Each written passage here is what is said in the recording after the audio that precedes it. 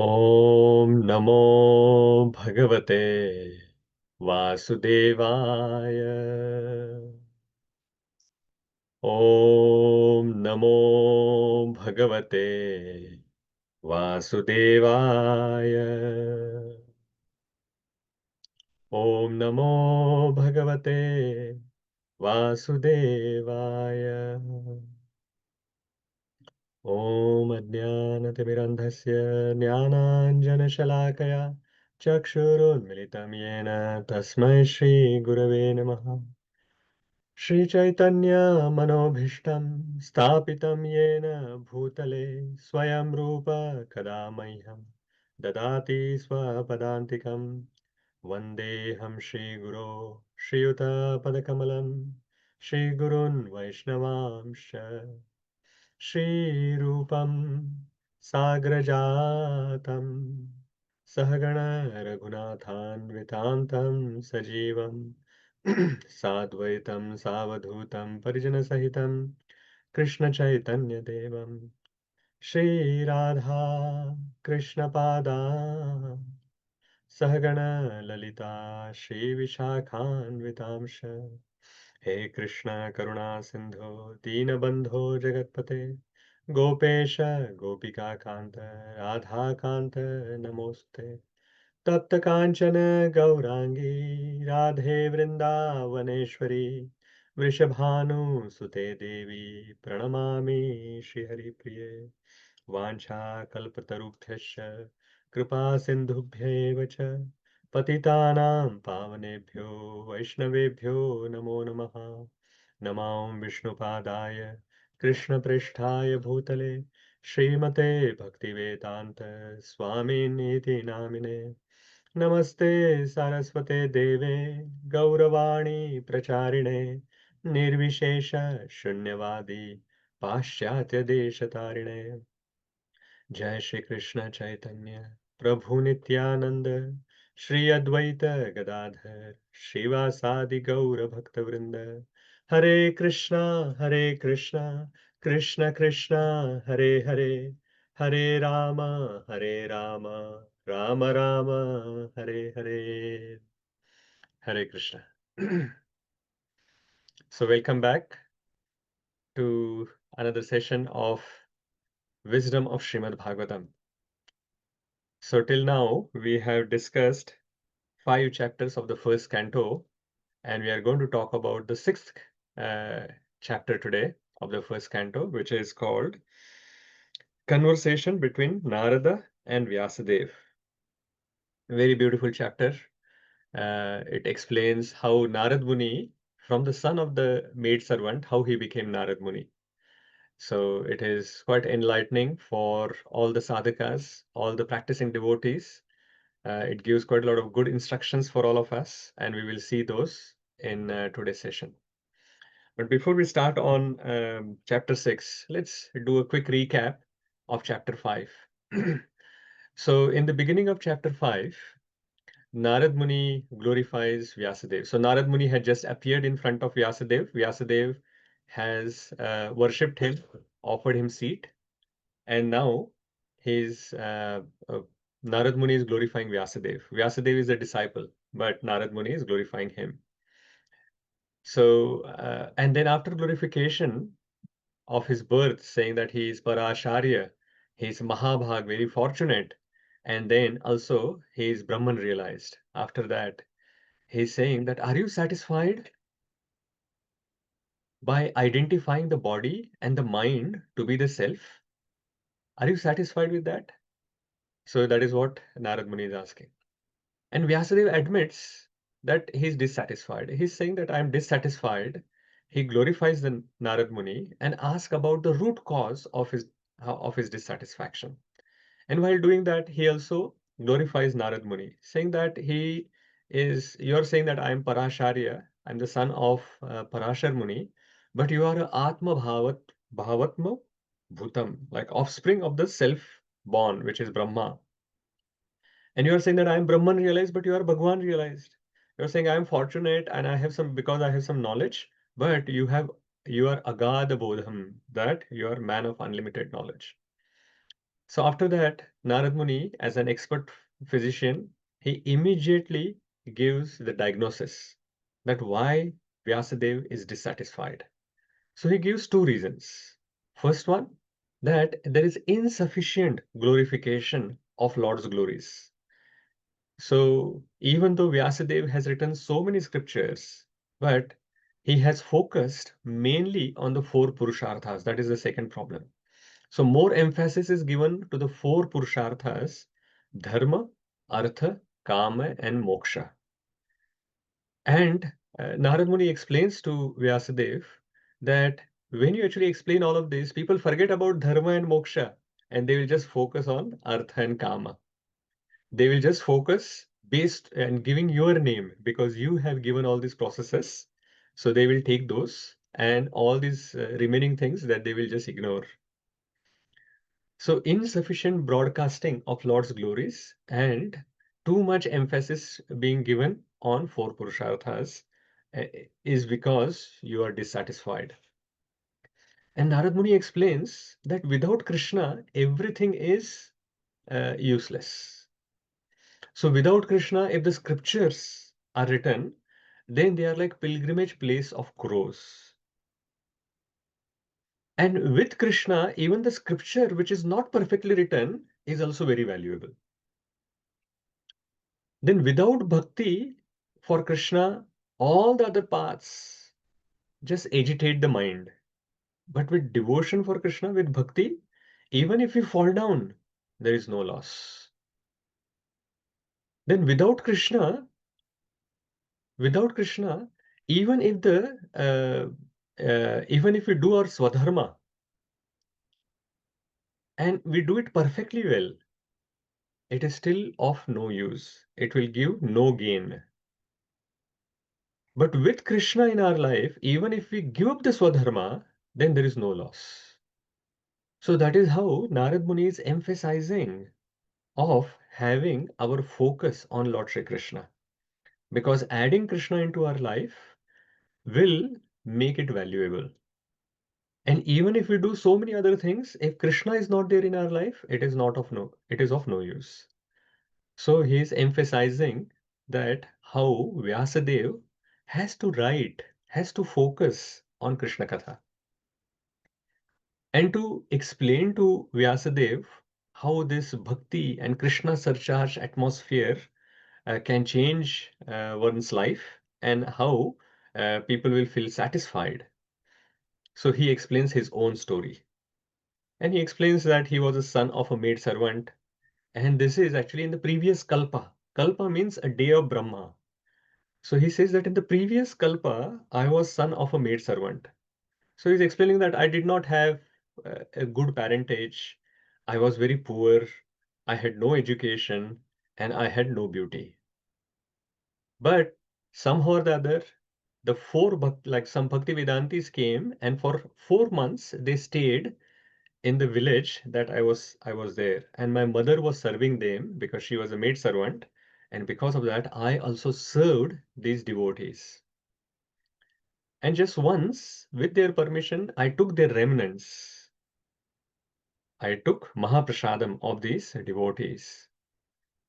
By doing so, all my sins were eradicated and I became purified in the heart. And devotional service became very attractive to me. And while leaving, after the 4 months of rainy season had passed, at that time, when they were leaving, before that, they instructed me with the most confidential topic of bhakti. And that is how I developed bhava and prema. That is what Narad Muni is mentioning to Vyasadeva.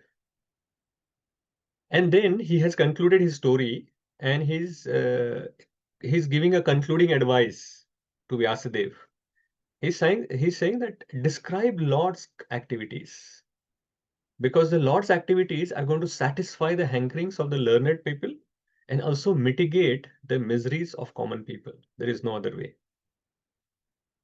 So this is where it looked like as if Narad Muni has finished talking and now he has given his advice and he may be about to leave as well. But Vyasadeva was not satisfied. Vyasadeva wanted to hear more about Narad Muni's life. So that is where the 6th chapter we will see that he's going to ask various different questions. So in the 6th chapter, we will see that in the beginning, Vyāsadeva will make some inquiries, and then Nārada Muni will start explaining further about his life. Like after the Bhaktivedantis have left, since that time, how he became Nārada Muni. So that is the story. The second part of his life story is what Nārada Muni is going to explain. That he will explain that how his mother passed away. Nārada Muni will explain that his mother passed away. Then how he left the village and he went through various forests.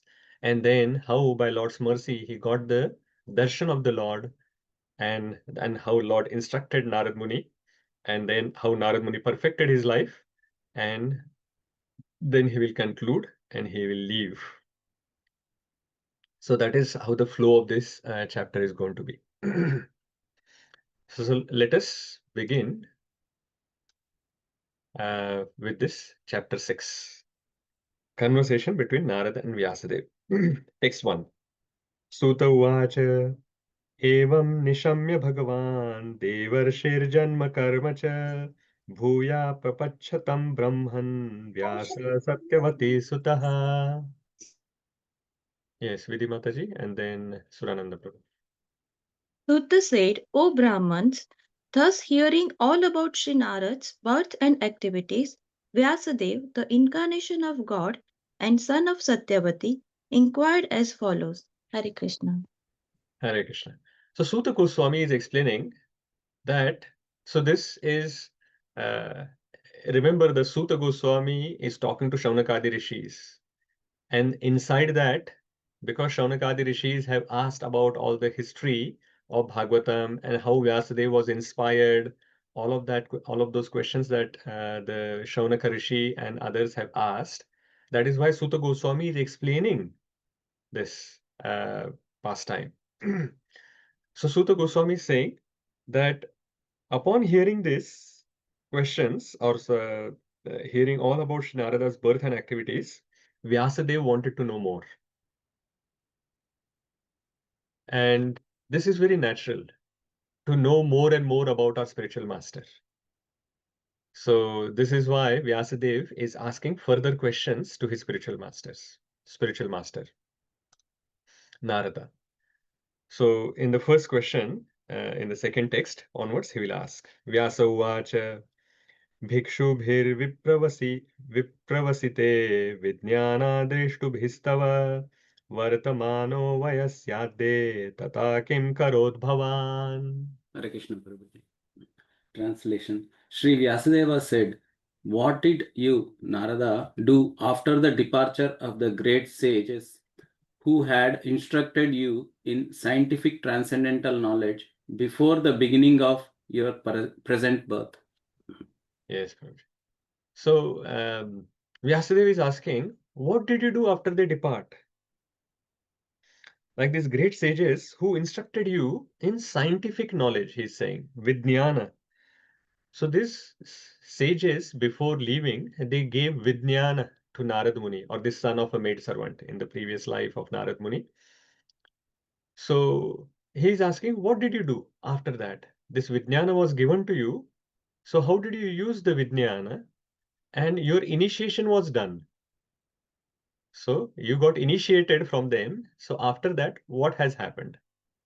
So this is what he wanted to know. Srila Prabhupada says in the purport, this desire to inquire from the spiritual master is an essential factor to the progressive path. This process is technically known as Sadharma Pracha. So a disciple should always inquire from the spiritual master.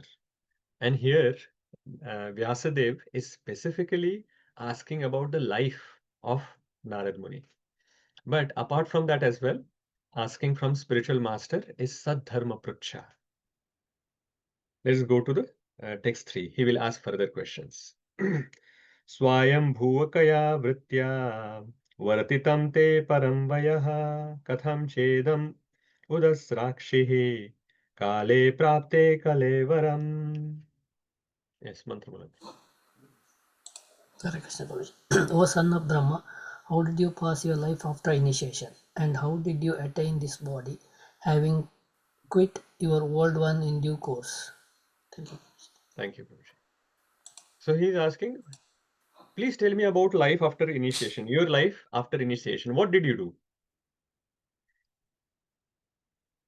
And also in the same verse, he's asking, how did you attain this body? So after initiation, and how did you attain this body, having quit your old one in due course? So he is quite keen to understand how the transformation happened. So this is a transformation. He was a Gandharva before. We talked about that he was a Gandharva. He got cursed, and then he has become son of a maidservant. And now from son of a maidservant, suddenly he has become Narada Muni. So how did this transformation happen? From maidservant's son to this transcendental body of Narada Muni. Let us see the next verse. Prakalpa Vishayametam Smrutim te Muni Sattama Na Hesha Vivadhat Kala Esha Sarva Nirakritihi. Yes, Aparna Mataji. Go ahead. Hare Krishna Prabhuji, Dhanvat Pranam. I have a question as well, so I will read the translation and then ask the question. It's a real quick question. Yeah, let's finish these 4 verses and I'll take the question. Thanks, Hare Krishna Prabhuji. O great sage, time annihilates everything in due course. So how is it that this subject matter, which happened prior to this day of Brahma, is still fresh in your memory, undisturbed by time? Hare Krishna. Hare Krishna. So from one day of Brahma, it was like this is happening. He was son of a maidservant in the previous Kalpa. Kalpa is 1 day of Brahma. That is 1,000 cycles. 1,000 cycles of 4 yugas. That is 4.32 billion years. And then in this current Kalpa is where Nārada Muni and Vyāsadeva is talking. And Nārada Muni is actually remembering his past life of how he was a son of a maidservant. So that is why Vyāsadeva is asking this question, how do you remember past life? Because generally when the body goes, the memory is also lost. And what to speak of thousands and millions of years and billions of years after that, you still remember your previous life. So how do you remember that? So this is what Vyāsadeva is asking. So 4 questions. So what did you do after the devotees depart? They, like the Bhaktivedantis, left. How did you spend your life after initiation? How did you attain this body, this transcendental body, and how do you remember your past life? So this is where, because Vyasadeva asked this question, we will actually we will get to hear the second part of the story of Narada Muni's life and how he got transformed from the son of a maidservant to Narada Muni. So from these 4 verses, there are so many things that we can learn, as well as from the purports which Srila Prabhupada has written, that what a disciple should be doing.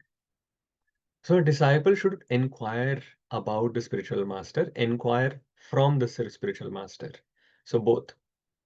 So otherwise, what is the point of accepting a spiritual master if you are not asking question, if you are not clarifying your doubts, and then you are not understanding the mood of the spiritual master of how he is serving the Supreme Lord, then there is no point of accepting a spiritual master. So inquire about and from the spiritual master.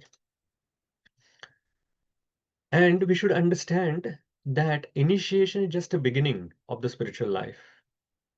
And then after initiation, keep following the instruction throughout one's life. Because many times the devotees, they are thinking that, okay, initiation is my end goal. And then they will do all the right things. They will do a lot of service. They will do their japa nicely. They will post their messages for japa because they know that without that, they will not get the recommendation for the initiation.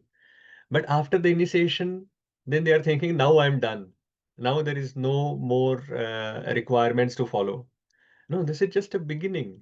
The word initiation itself mentions that it is just the beginning of the spiritual life. And after that, we have to intensify our sadhana. We have to actually become more and more serious, and then progress by following the instructions throughout one's life. So that is what a disciple should do. And a disciple should seek inspiration from the life of the spiritual master. So by understanding what the spiritual master is doing, what is this mood of the spiritual master, and then we should seek inspiration and try to implement that in our own life. So that is how we can make progress as a disciple after initiation. Otherwise, it will just be for the name's sake, it will happen, and then we will not make any progress. Yes, Aparna Mataji, you have a question.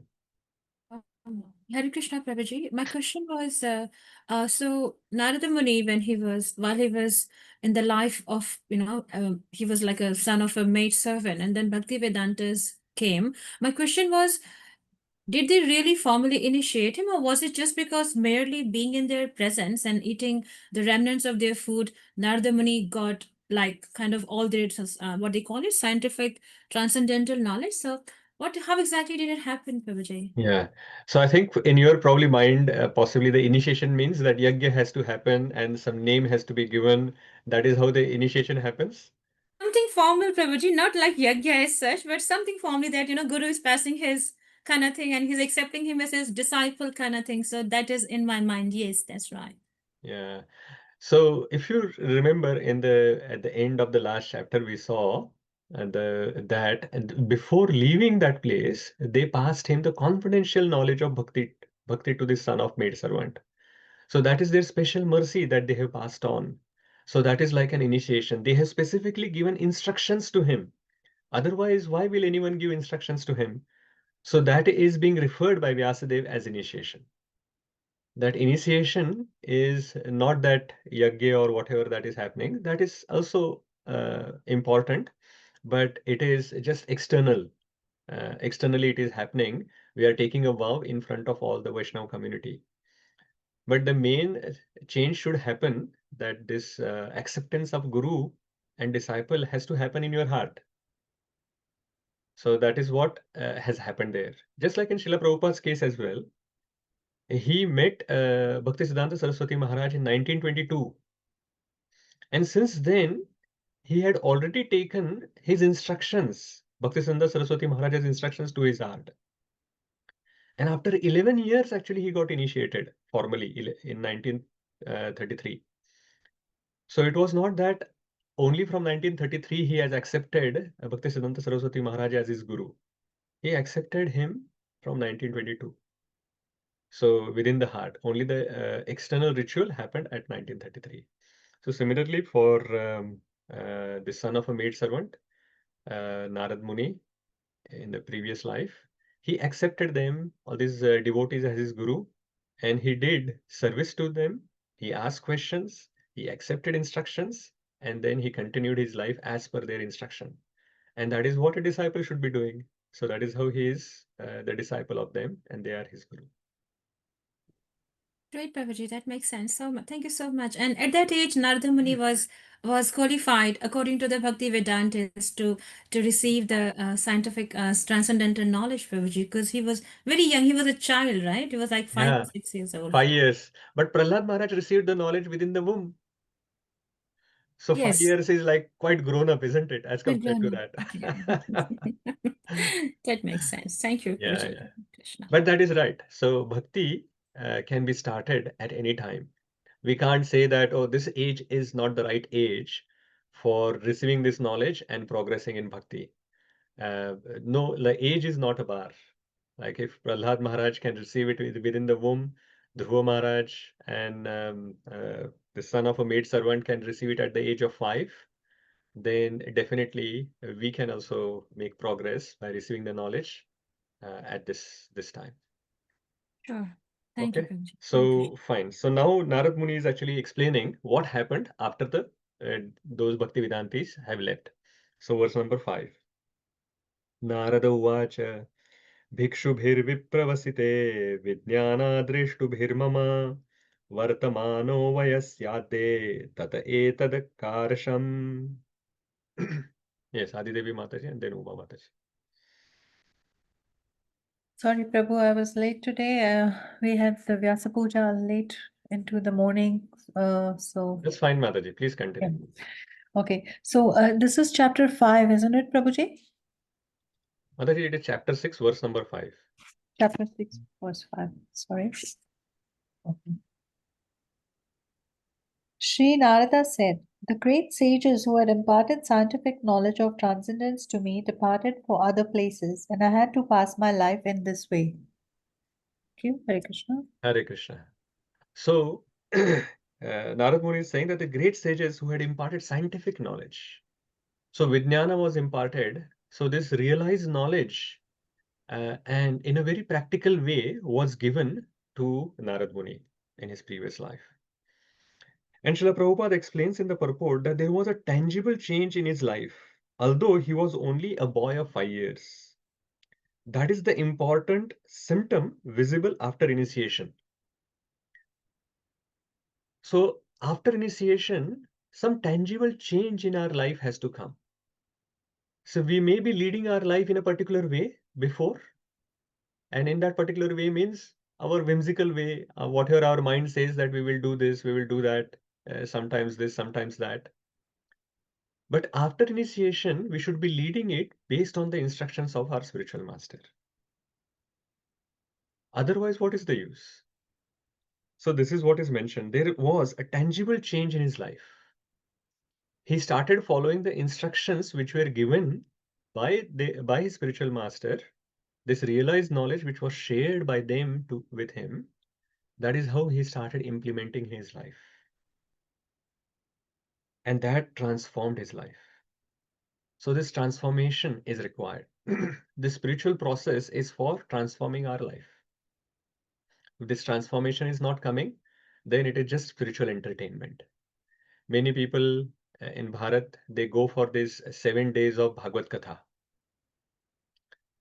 But before, whatever they were doing before hearing the Katha, after 7 days, they continue doing that, what they were doing before. There is absolutely no change in their life. And they don't even consider that there is a required change. Like they need to actually change their life for something better. Because that is not their goal at all. So this transformation is required. Transformation comes by Krishna Shakti. Krishna Shakti vinanahi tara pravartan. So by Krishna's potency, the transformation is going to come. And Krishna is not going to invest the potency into someone who's not following those instructions themselves. But here, these devotees, Bhaktivedantis, they were actually following the instructions of the Supreme Lord. And that is why Krishna invested his potency, his Shakti, into them. And when they instructed Nārada Muni, the son of maidservant, his life got transformed. And that is what we have to actually also see, that how our life can get transformed. This change is important. Otherwise, we will just remain where we are. Even after practicing for 20 years, 30 years, 50 years, we will say, hey, there is no change. I'm just like what I was before. And the people around us, we are also not noticing any change within us. And they are thinking, hey, what kind of devotee are you? After 20, 30 years as well, if you are behaving like this in Krishna consciousness, is Krishna consciousness really working? They will have their own doubt about the entire process itself, other people. So we have to set a right example for everyone. So as Nārada Muni, he is doing, he received the instructions, he took it to the heart, and then he started implementing. He changed his life, he transformed his life. That is what we should also focus on. Let us look at the next verse. Ekat majami janani yoshin mudha cha kinkari mayat maje nanyagato chakre snehanubandhanam. Hare Krishna, Prabhuji. Yes, please. She wanted to look after my maintenance properly, but because she was not independent, she was not able to do anything for me. The world is under the full control of the Supreme Lord. Therefore, everyone is like a wooden doll in the hands of a puppet master. Hare Krishna.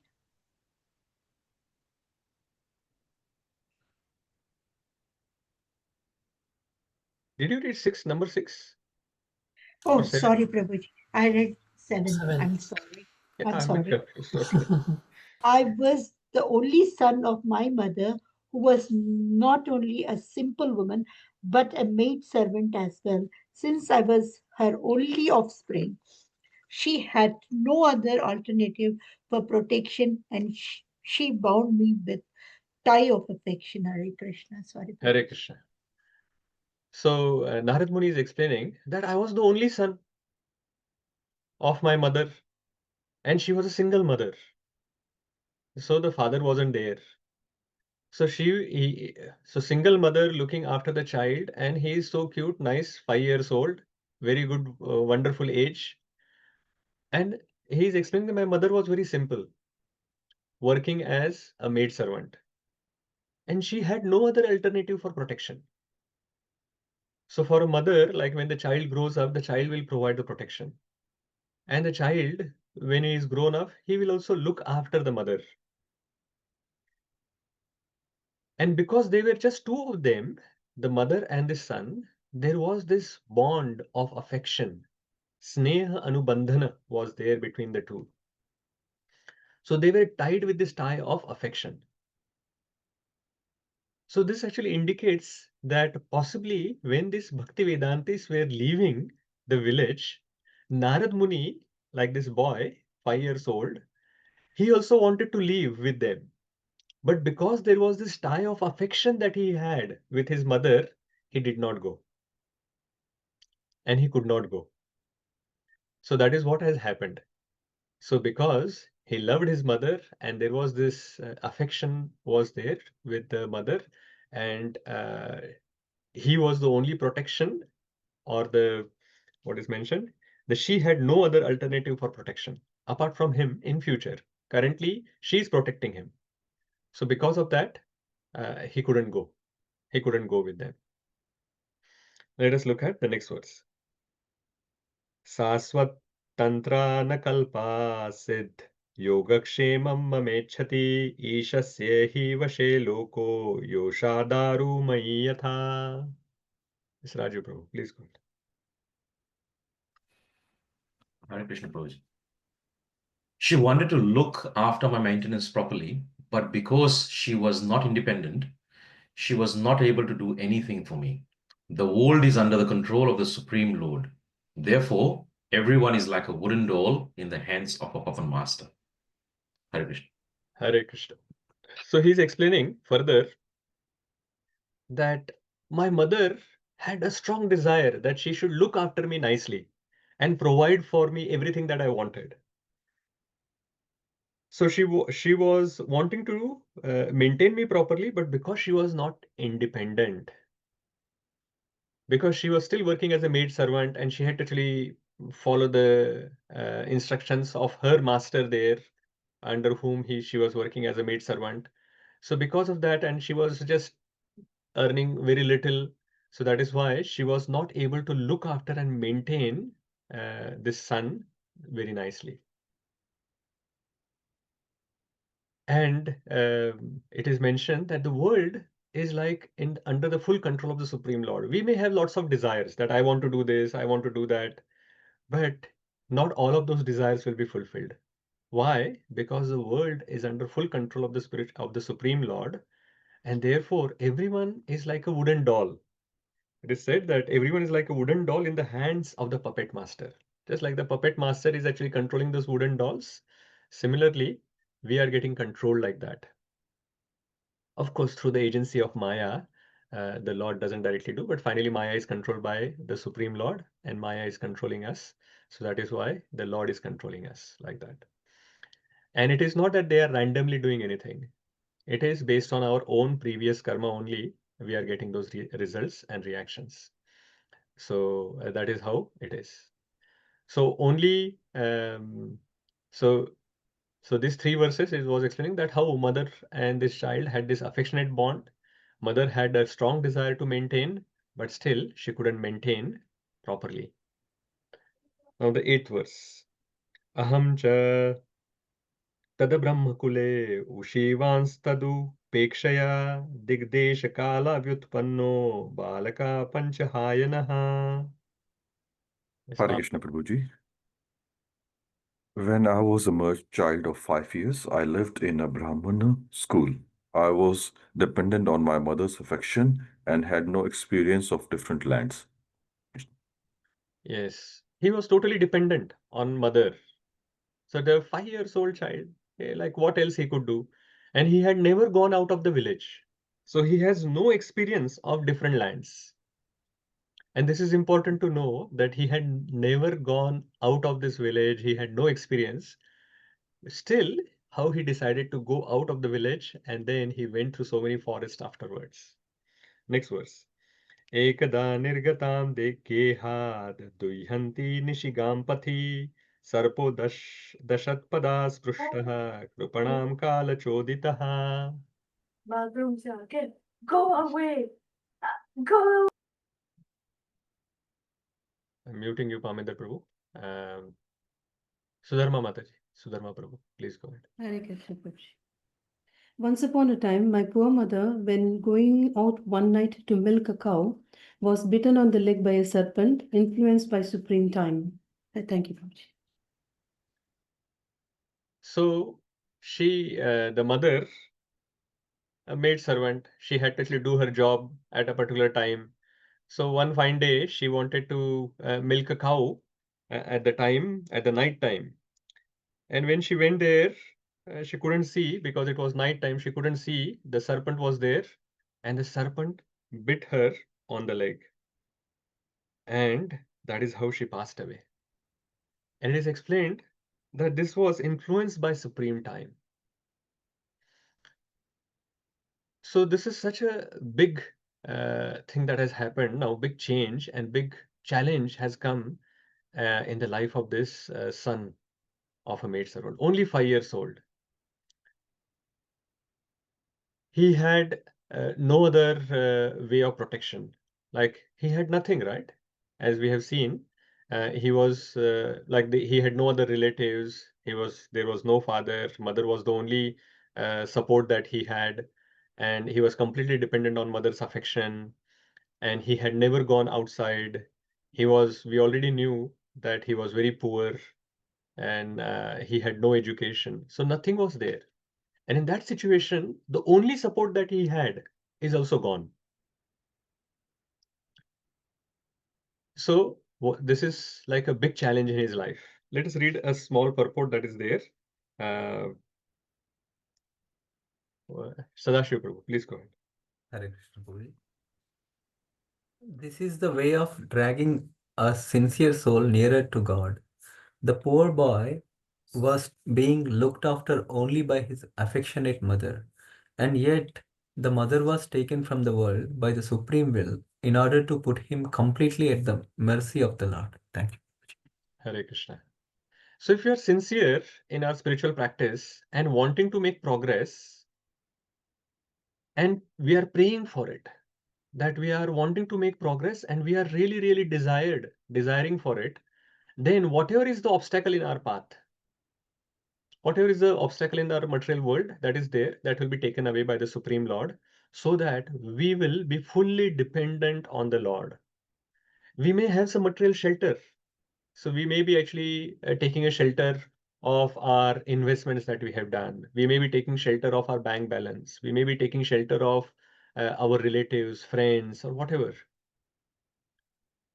But if we are praying sincerely that, oh Krishna, I am your sincere servant. I want to progress towards you. Please remove my anarthas. Please make me your devotee. Then Krishna will make sure that, okay, it is mentioned that that is the way of dragging a sincere soul nearer to God. If we have the sincere desire, then the Supreme Lord will help us. And he will drag us towards him. Now this has happened, like only the situation has been explained what has happened. It is still not explained how the boy looked at it. So we will see that in the next verse. Number 10. Tada tadaham ishasya bhaktanam shamabhipsataha anugraham manyamanaha pratishtam dishamuttaram. Hare Krishna, Prabhuji. Yes, go ahead. I took this as the special mercy of the Lord, who always desired benediction of his devotees, and so thinking I started for the north. Hare Krishna. Hare Krishna. So this boy is very, very surprising. He's just 5 years old. And what he's thinking is just mind-boggling. Just like he has his mother, who was his only support, had just left this world. And he's thinking, I took this as the special mercy of the Lord. Special mercy of the Lord, who always desires benediction for his devotees. And so thinking, I left for the north. So this boy took it as a special mercy. And why he could take this situation, which was a very difficult situation in his life, why he could take it as a special mercy is because he had this firm faith that Lord always desires benediction for his devotees. That I am under shelter of the Lord, and the Lord is obviously going to do good for me only. So that firm faith, if anyone has, then where is the issue? Like, then there is no problem in his life. But those who do not have that firm faith in the Supreme Lord, that he is going to do everything good for me, then we will start blaming the Supreme Lord. If something happens in our life, then, oh Lord, why did you do this to me?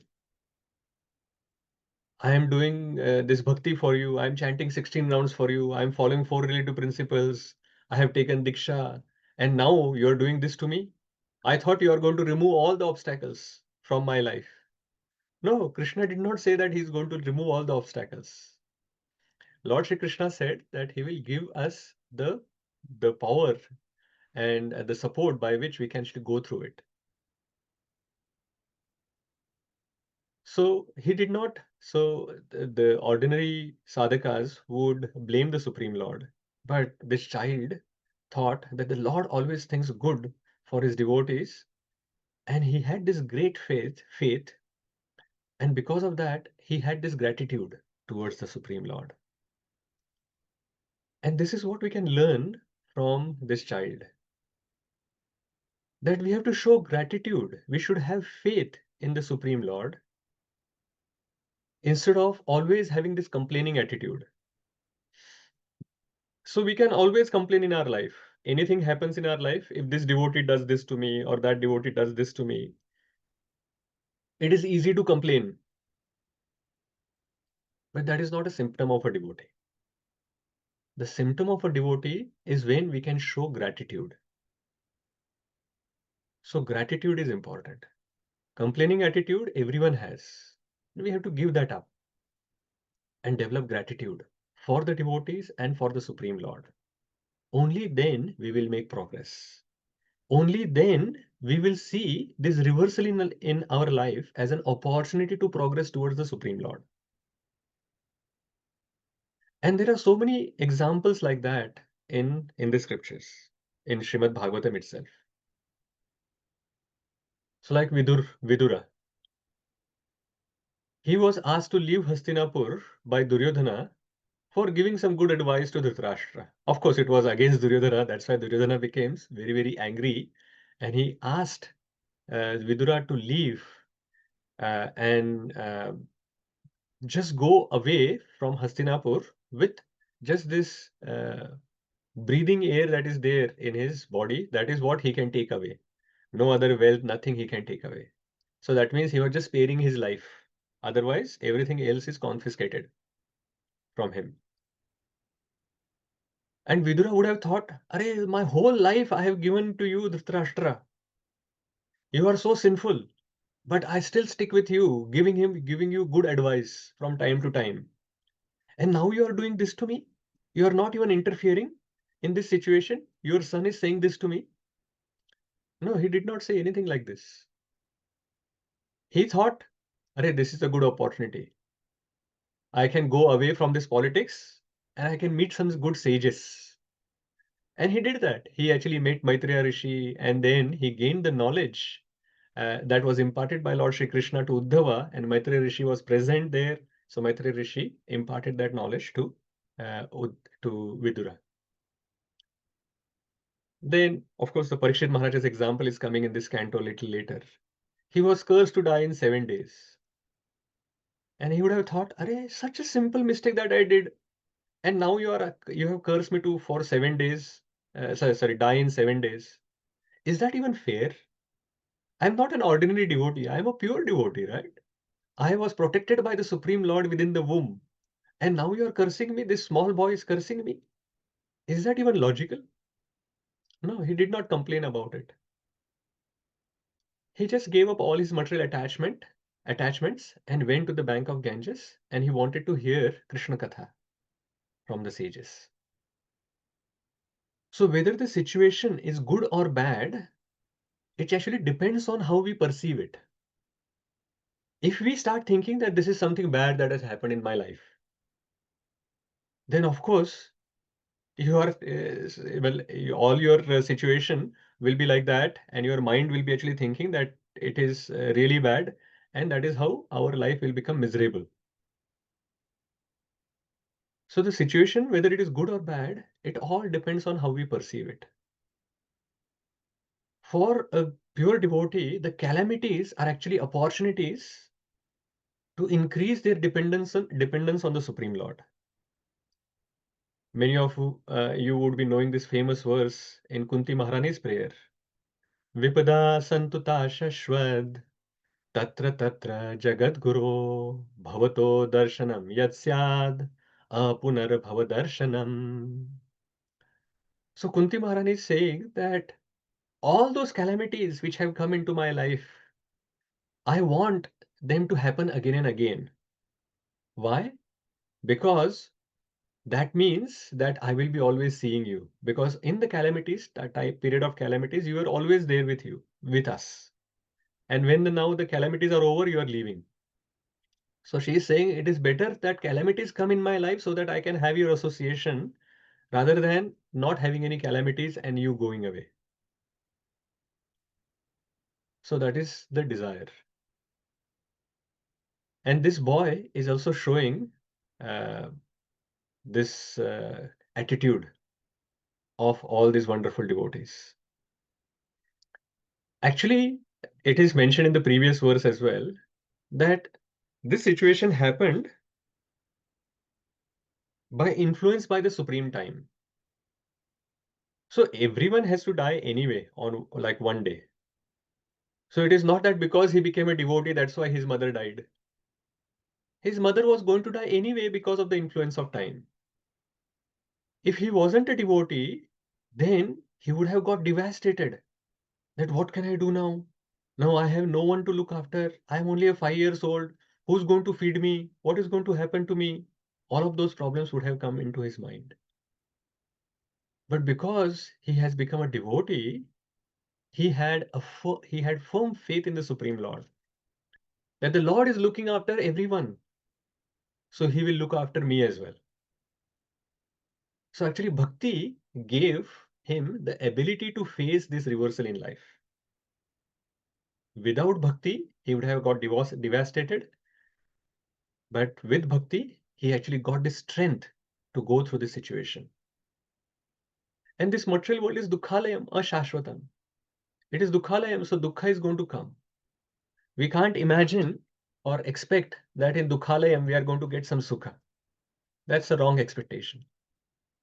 So while remaining in dukkhalayam, how we can develop the strength by taking shelter of the spiritual Lord, the Supreme Lord, and his devotees, that is what we can do. That is in our hands. So that is a wonderful lesson that we can learn, that this small boy is thinking this is the special mercy of the Lord. Now someone will say that, okay, from the this boy's perspective, he anyway wanted to go with the Bhaktivedantis, and because he was tied by this sneha anubandha of the mother, now the mother has passed away, so he is now free to go and follow them. But what about the mother? For mother, it is tragic. She just passed away when Like, she is still very young. Her son is only 5 years old. So it is very tragic death for her. She got beaten by a snake and she died. Not necessarily. Why? Because she was attached to the devotee. The son of her son was a devotee. She was attached to him. And the son, as we are going to see in next few verses, how he became purified completely and even got darshan of the Supreme Lord. So he became a pure devotee. And little later in the 7th canto, we will see that it is mentioned that once you become a pure devotee, not only your parents, but 21 generations get liberated. So just by her son becoming a pure devotee, she has also got benefited. So there was no loss, only gain. So how the Lord makes sure that the devotee is never into a disadvantageous position, as well as anyone around them as well get benefited by coming in association of the devotees, is actually explained here. And then it is mentioned that when this happened, I started for the north direction. So that is in the direction where his spiritual masters had left. So he also started following in that direction. Now he's just 5 years old. He had no experience of going outside of the village, and he has decided that I want to go. So it is a big decision from his perspective, but because of his firm faith, he was able to do it. He just went ahead in that direction and made a lot of progress. We will see very soon. So what we can learn from this section is how we can face reversals in our life. The reversals are going to come. There is no doubt about that. As we discussed, that it is Dukhalayam. In Dukhalayam, some challenges are going to come. But how we can face? We should understand and we should have firm faith that the Lord always thinks good for his devotees. This is very, very much required. Because if this part is not there, like if we do not have faith in the Supreme Lord, that he is doing everything good for his devotees, then we'll start having doubts when some challenges come in our life. That how did he do? Why did he do? All those things. But if we know that he has planned everything for us, Lord has a plan for us, we don't know about it. But as long as we have this firm faith that his plan is good for me, then there is no problem. And we should have firm faith in the Lord, and bhakti gives us the ability to face the reversal in life. So this firm faith that if we have in the Lord and the process of bhakti, then it will give us the strength. It will give us the ability to go through these reversals easily in our life. And above all of that, develop gratitude instead of the complaining attitude. So if we do these things, then any challenge that comes into our life, we can pass through it. And it is not that this boy was very hard-hearted or anything, and he did not feel any pain that his mother has passed away. All of that has happened. It has already mentioned that they both had sneha anubandha. The love was there, affection was there between the mother and son. So he has gone through this phase of difficulty, but he had the strength and he decided that, okay, now that my mother has passed away, so what can I do? He could have chosen many things. In the previous verses, it was mentioned that he was inside this Brahmana's Gurukul. So he could have just continued there as a servant, grown up there, and then continued his life like that. But he said, no, I'll just depend on the Supreme Lord. I will just follow the path of my spiritual masters and I'll just go like that. So that is how he has taken a decision and he has moved on. So very wonderful lessons that we can learn from this small boy. Yes, Gaurchandra Prabhu Mataji, you have some question or comment, or you wanted to read something? Prabhuji, reading. Okay, for reading. Okay, we are coming to next verse. Let's go to verse number 11. Let's read the translations. Go ahead, Mataji, 11th. Hare Krishna. After my departure, I passed through many flourishing metropolis, towns, villages, animal farms, mines, agricultural lands, valleys, flower garlands, nursery garlands, and natural forests. Not garlands, Mataji, gardens. I know you are very keen and attached to making garlands. Sorry. Yes. Flower gardens, nursery gardens, and natural forests. Please read 12 and 13 as well, Mataji. I passed through hills and mountains full of reservoirs of various materials like gold, silver, and copper, and through tracts of land with reservoirs of water filled with beautiful lotus flowers, fit for the denizens of heaven, decorated with bewildered bees and singing birds. I then passed alone through many forests of rushes, bamboo reeds, sharp grasses, weeds, and caves, which were very difficult to go through alone. I visited deep, dark, and dangerously fearful forests, which were the play yards of snakes, owls, and jackals. Thank you, Mataji. So this boy, he has left his village and he's going in this north direction, and he travels through various different Lord's creation. So it is mentioned that he passed through various different flourishing metropolises. So big cities, towns, villages, animal farms, mines, agricultural lands, valleys, flower gardens, and whatnot. So many things. And this is explained about the previous kalpa. Remember, this is not this yuga. It is not the current cycle which is going on. It is the previous kalpa, previous day of Brahma. So it is not all of this scientific advancement and whatever is only in this yuga that has happened. In the previous kalpa, every cycle this happens. There are cities, flourishing things, and then there are the reservoirs of minerals like gold, silver, copper, that was there. And then the forests were there. So, and this boy, very fearlessly, he's going through all of these forests, all of these cities, villages, and even very dense forests, which is the place for snakes, jackals, owls, which is very difficult to pass through. And he could be like any ordinary, even the grown-up person will also become very fearful to pass through some dense forests like this. But just this 5-year-old boy, he is very fearless.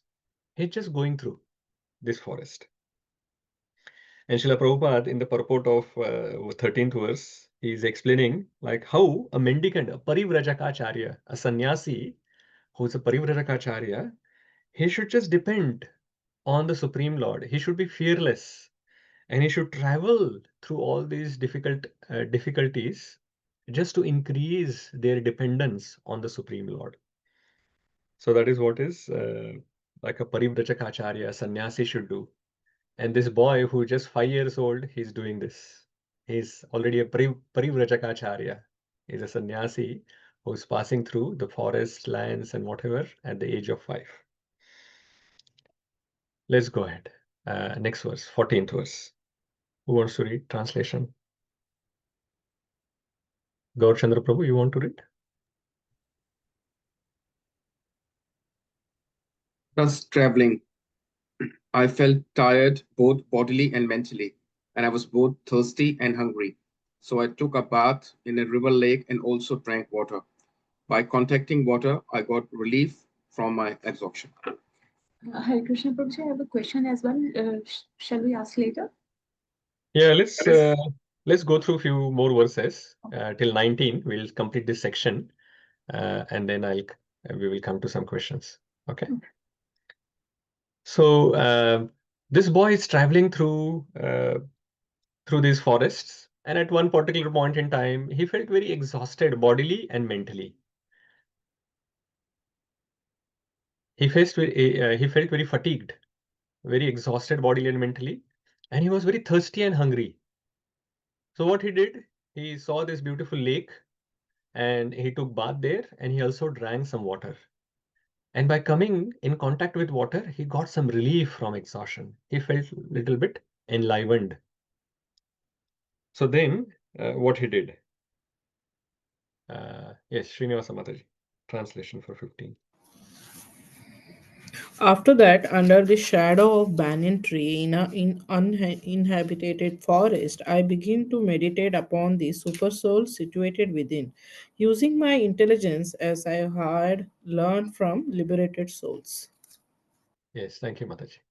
So he sat below this pipala tree. In the verse, it says, Pippalo pastas ashritaha. So he sat below a pipala tree in an uninhabited forest. And he started meditating on the super soul in the heart, as he had learned from the Bhaktivedantists. So it is, as I had learned from liberated souls, it is mentioned. And Srila Prabhupada mentions in the purport that one should not meditate according to one's personal whims. One should know perfectly well from the authoritative sources of scriptures through the transparent medium of a bona fide spiritual master.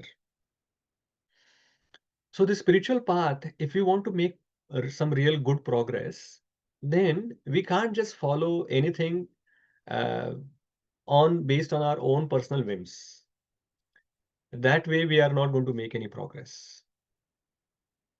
So we have to follow the scriptures, and we can understand those scriptures and the practical import of those scriptures from some bona fide spiritual master. And only then we can understand and implement that, and we can follow and we can do like that. So just like this boy, he's doing some meditation on the super soul in the heart as he learned from his spiritual master. So that is how we should also do. So he meditated on the supreme law, supreme soul. Let's go to the next verse. Uma Mataji. Then Mahendra Prabhu and then Bhageshwari Mataji. Yeah. As soon as I began to meditate upon the lotus feet of the personality of Godhead, my mind transformed in transcendental love. Tears rolled down my eyes, and without delay, the personality of Godhead, Sri Krishna, appeared on the lotus of my heart. Hare Krishna. Hare Krishna. So tears rolled down, and the Lord appeared on the lotus of his heart. So he began to meditate on the lotus feet of the Lord. Within his heart, he started to meditate on the lotus feet of the Lord, and his mind transformed completely with the transcendental love. And the tears started falling, appearing from his eyes. And then the Lord appeared on the lotus of his heart. So this text actually mentioned in the verse, he said, Bhava Nirjita Chetasa. So he's talking about the Bhava level. The next verse talks about the level of prema. Let us read the translation. O Vyāsadeva, at that time, being exceedingly overpowered by feelings of happiness, every part of my body became separately enlivened. Being absorbed in an ocean of ecstasy, I could not see both myself and the Lord. Hare Krishna. Yeah, so this is at the level of prema. So it says prema atibhara nirbhinna. So now there is excessive love. Prema atibhara. So excessive love. So he was overpowered by this excessive love and the feeling of happiness. He's taking the darshan of the Supreme Lord, and every part of the body became separately enlivened, and he's completely absorbed in the ecstasy. And in that ecstasy, he could not see both himself and the Lord. Why? Because we can see ourselves separately from the Lord because we have this false ego. So in that false ego, we are thinking that we are the master. But when our false ego is gone and our real ego, which is the servant of the Supreme Lord, then there is no separate existence as such. There is no separate desires which are separate from the Supreme Lord's desires. If the Supreme Lord wants this direction, wants to go in this direction, we also follow in that direction. But with false ego, we have our own mind. We are thinking that, oh, I will do this, I will do that. We are not thinking that where the Lord wants us to go. We are thinking where I want to go. So that is why there is this duality which is there within our mind and within our heart. That Lord is there and I am there. But when our desires get aligned, then there is no separate existence. It is not that we get merged into the Supreme Lord, but our desires become aligned. And because of that, there is no separate existence as such, separately from the Supreme Lord.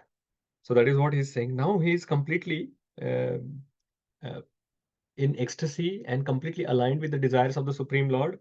And that's why he could not see both himself and the Lord as separate entities. Let's go to the next verse. The transcendental form of the Lord, as it is, satisfies the mind's desire and at once erases all mental incongruities. Upon losing that form, I suddenly got up, being perturbed, as is usual, when one loses that which is desirable. Yeah. And he was in this ecstasy and he was enjoying, he was in full happiness, and suddenly the Lord disappeared. This verse and this translation is also explaining answer to Vyasadeva's question about his dissatisfaction, Vyasadeva's dissatisfaction.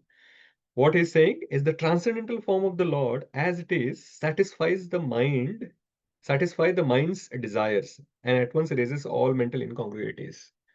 So all his despondency which is there in Vyasadeva, his dissatisfaction that is there, that will all go away if he focuses on the Supreme Lord, the transcendental form of the Supreme Lord. If he focuses on that, then all of that will go away. So suddenly this form has vanished, which he was able to see on the lotus of his heart, and he became perturbed that he was having such an experience, ecstatic experience of a darshan of the Lord. And you remember we were talking about the 14 stages which were given by Vishwanath Chakravarti Thakur. And the last 2 stages were the darshan of the Lord. And then having this ananda in the darshan of the Lord. So we covered the first 12 stages in the previous chapter. Now these last 2 stages are coming here. So he got the darshan of the Supreme Lord. And Srila Prabhupada explains in the purport that the Lord is not formless. And Nārada Muni got an experience of that by seeing his form.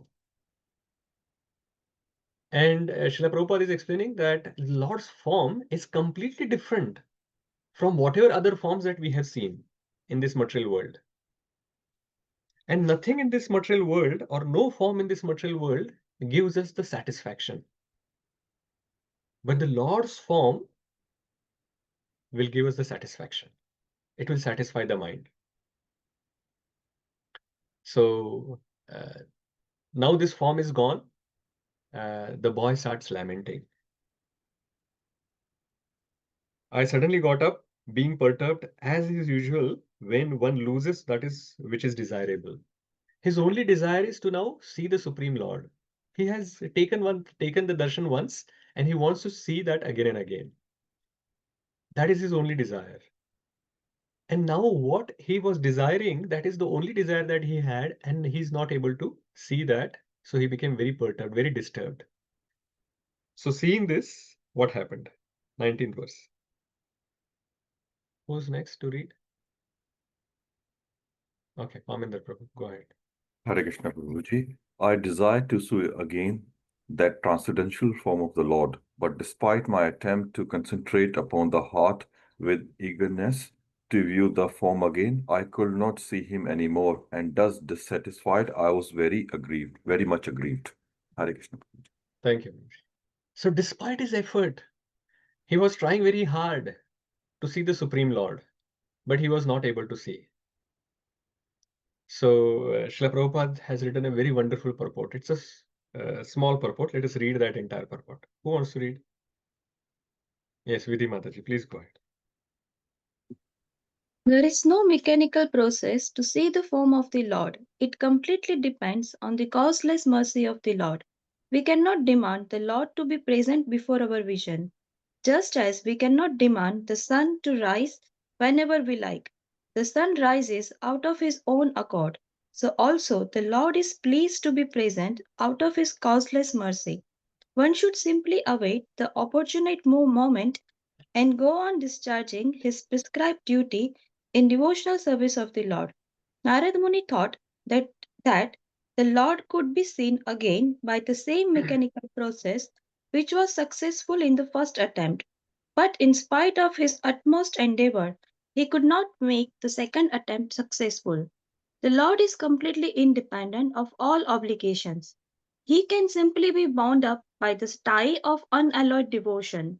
Nor is he visible or perceivable by our material senses. When he pleases, being satisfied with the sincere attempt of devotional service, depending completely on the mercy of the Lord, then he may be seen out of his own accord. Hare Krishna. Thank you. So Srila Prabhupada has mentioned here that we cannot see the Lord by the mechanical process.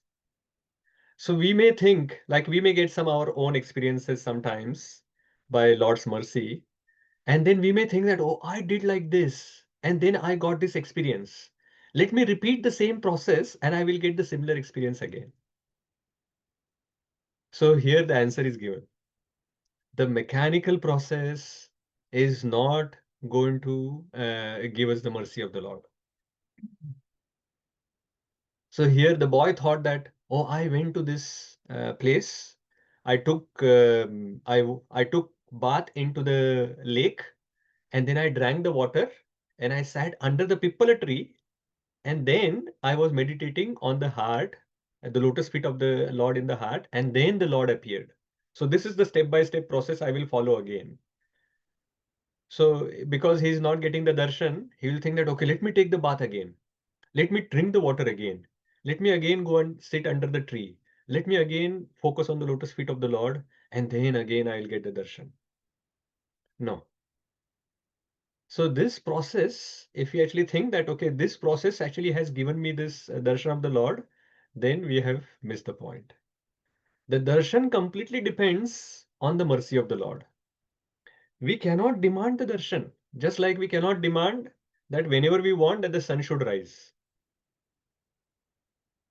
It will, the sun is independent. Similarly, the Supreme Lord is very independent. So that is why it is mentioned, when he pleases, the last line again, when he pleases, being satisfied with a sincere attempt of devotional service, depending completely on the mercy of the Lord, then he may be seen out of his own accord. So when the Lord is pleased by our sincere devotional service, then on his own accord, by the mercy, he will show us, give us the darshan or give some realizations. That is how it is going to happen. So what we can learn from this section is how and when we can get darshan of the Lord. First of all, we should understand it is not possible through some mechanical process. It completely depends on the mercy of the Lord. And when the Lord is pleased with our sincere attempt of our devotional service, then only he can be seen. So that is how we are going to get the darshan. So our sincere endeavor has to be there, but the darshan only directly comes by the mercy of the Lord when he is pleased. He is independent. He can give darshan to one devotee, but not to another devotee. But that doesn't mean our devotional service is wasted. The devotional service is purifying us, taking us closer to the Lord. And when we, at the end of life, when we actually go to the spiritual world, at that time we are anyway going to see the Supreme Lord. So that is going to happen. Darshan of the Lord is going to happen. Okay, so there were some questions that we will take, and then we will continue to the remaining section. Gaurchandra Prabhu and Mataji, you had some question? Hare Krishna, Bhakti. Yes, Mataji. So my question is regarding the traveling of Sri Nārada, the little boy. So it seems, it might not be a very relevant question, Prabhuji, so please forgive me before I ask. So it seems that in the last Kalpa, it was kind of like a Kali Yuga, because he's seeing a lots of, factories, industries, mines, and he's, going through when he's traveling. So it's not given anywhere? No, it is not mentioned anywhere, Mataji, that what exactly Yuga was going on. It is just mentioned that it was the previous Kalpa. Kalpa Yes. means like a day of Brahma. And in that day of Brahma, which cycle was going on, which Yuga was going on is not mentioned. And it doesn't mean, actually, the way that it is explained, that there were reservoirs of gold, silver, copper, all of those which are there. And he was just walking and he was able to see the reservoir of gold. I don't think that it will be a Kali Yuga. Okay. And also, So I'm just speculating here, which I should not. But just looking at what is mentioned here, it doesn't seem like that. yes, Prabhuji. And also, Prabhuji, why do people used to walk? Like I understand that Srila Prabhupada walked because he wanted to preach the mission of Krishna consciousness. But why do otherwise people walk? Like what does it actually give them? Is it because they become more renounced by walking? They're not attached to the places and the people? So are you referring to leaving one place and going to another Hmm. place? Yes, Or for just the example, process of walking and not taking a car? No,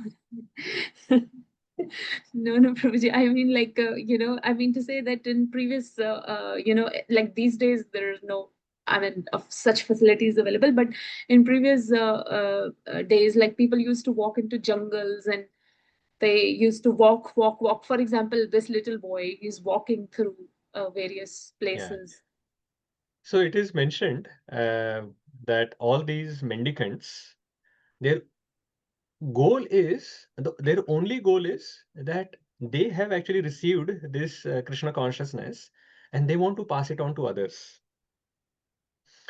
And one of the other challenges for the sannyasis is that if you actually stay at one place, then you get attached to that place and you become just comfortable in that particular situation where all these other people are looking after you, they are taking care of you, giving this bhiksha or whatever for them. And the sannyasis do not want to remain in that situation where they are dependent on someone else. They want to be dependent on the Supreme Lord.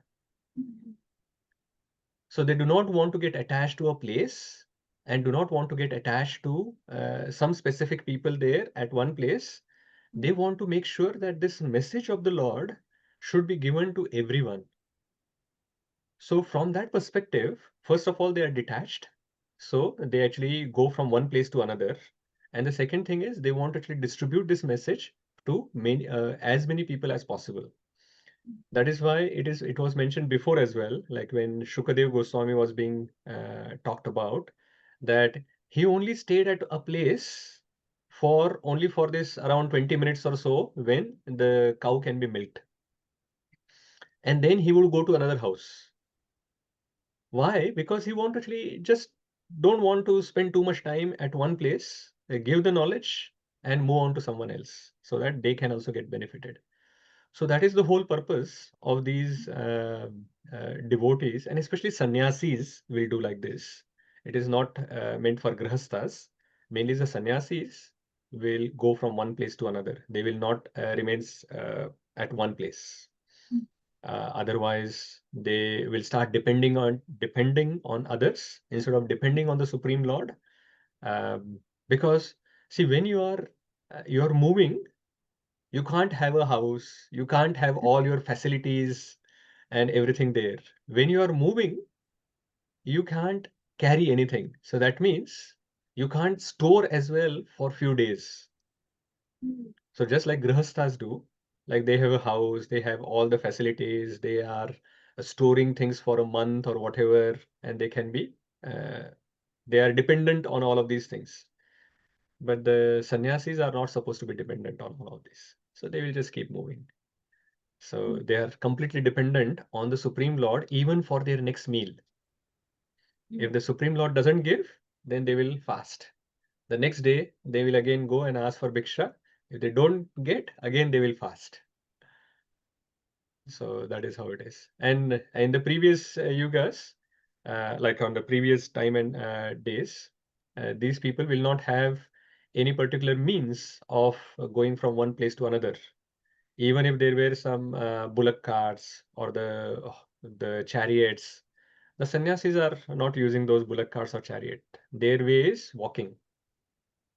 So when they want to go from one place to another, they will just walk. And they are not purposely taking the forest, but there will be some places where they are going from one place to another. It is going through the forest, and they will just go through it. They are fearless. They are dependent on the Supreme Lord, and they are thinking that anyway, I have to die this way or that way. So if my time has come, if I'm in the city somewhere, I will still die. And if I'm in the forest, I will still die. So if the time is there, then no one can protect them. And if the time is not there, Krishna wants to protect them, no one can kill them. With that firm faith, they will just go through the forest as well. Even if there are animals, whatever, they will still go. And in that purport, in one of the purports, Srila Prabhupada actually refers to Lord Chaitanya, how he went through the Jharkhand forest as a sannyasi, as a Parivrajaka. It was mentioned there. Yeah, in purport of 13th verse, Lord Chaitanya's example was given that he was fearless and he just went through the forest, and even the tigers, he made tigers, deer, and everyone he made devotees. So that is how it is, Mataji. I hope that makes sense. Yes, thank you so much, Prabhuji. Hare Krishna. Aparna Mataji. Hare Krishna, Prabhuji. A real quick question. So you just explained that getting darshan of the Lord not possible through mechanical process.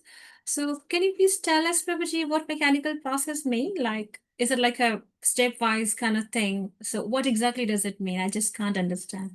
Thank you. Yeah, as I gave that example, that if the boy thinks that, okay, this was the process that I followed. I took a bath in the lake, then I drank water, then I sat under a pipala tree, then I actually started focusing on the lotus feet of the Lord, and then the Lord gave me darshan. So this is the 4-step process that anyone follows this, I will get the darshan of the Supreme Lord. So this is like it will become a mechanical process. You are thinking that you got the darshan by following the step 1, then step 2, then step 3, then step 4. And then the Lord appears, no matter who does it. It is not like that.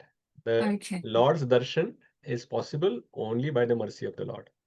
Sure, that makes sense, Prabhuji. And then, so Lord appeared in his heart. So he didn't see him with his material eyes, but he felt that Lord has appeared, Prabhuji, isn't it? So he didn't appear in front of Nārada Muni, but in his heart. So because it's not like he was seeing focusing, Lord, but yeah, he was meditating on the sorry, Prabhuji. Paramatma form. That is why he actually saw the Lord Yeah. in the heart. So he actually saw He the saw- Lord in the heart. So the Lord in like with his eyes. Yeah, that is what is mentioned. Now, which eyes he saw, Premahanjana Charita Bhakti Vilochanena, that kind of eyes, or these eyes? If Lord wants to show him by his eyes, then it is possible that he would have seen by those eyes. Because he says the translation says, Prabhuji, that Lord appeared in the lotus of my heart. So lotus of my heart, I thought that he just had that realization that Lord, I can see the Lord from the eyes of my mind kind of thing, Prabhuji, no? Lotus of the heart is just, it is, heart is compared to a lotus, and then the Yeah. Lord appeared in that lotus. It is mentioned like that. So not physically, but inside. Yeah, inside the heart. It is Inside the not that heart. in front of him. Like for Dhruva Maharaja's case, it is mentioned that Dhruva, like the Lord appeared in front of him. But here the Right. Lord appeared within him, like the Paramatma is already there, and he could understand and he could see the Paramatma in the heart. In the heart. Okay, Prabhuji. Okay, I don't sure. know, Mataji, how it appears and how it feels, because I haven't seen that yet. Sorry, Prabhuji. I know it's a very kind of pedantic question. Sorry. But thank you. Okay. It does make sense. Hare Krishna. Let us move on in the interest of time. Okay. We are on to verse number 20 or 21 or 20. Yeah. Who's next to read? Go ahead, Parminder.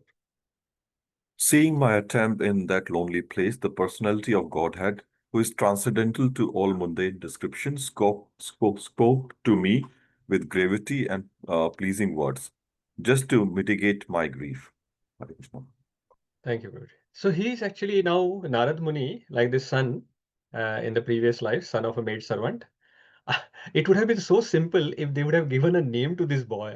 I always think it would have been if we would have said that, oh, this boy XYZ is doing like this. We have to always say the son of a maidservant, Nārada Muni in his previous life.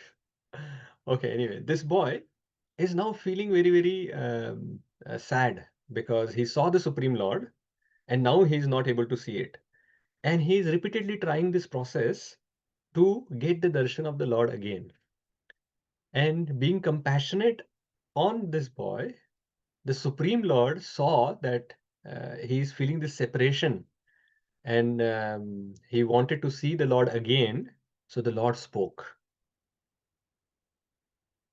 With very pleasing words, he spoke just to mitigate the grief that he was feeling. Now, Lord has given him darshan before. Like just few minutes ago, he has seen the darshan, but he did not speak at that time. Now he is going to hear the Lord's voice as well. So here we can see that this boy is so fortunate. He got darshan as well as he heard the Lord. So very, very fortunate. Let us see what the Lord said. 21st. Who was next? Yes, Surananda Prabhu and then Mantramalam Prabhu.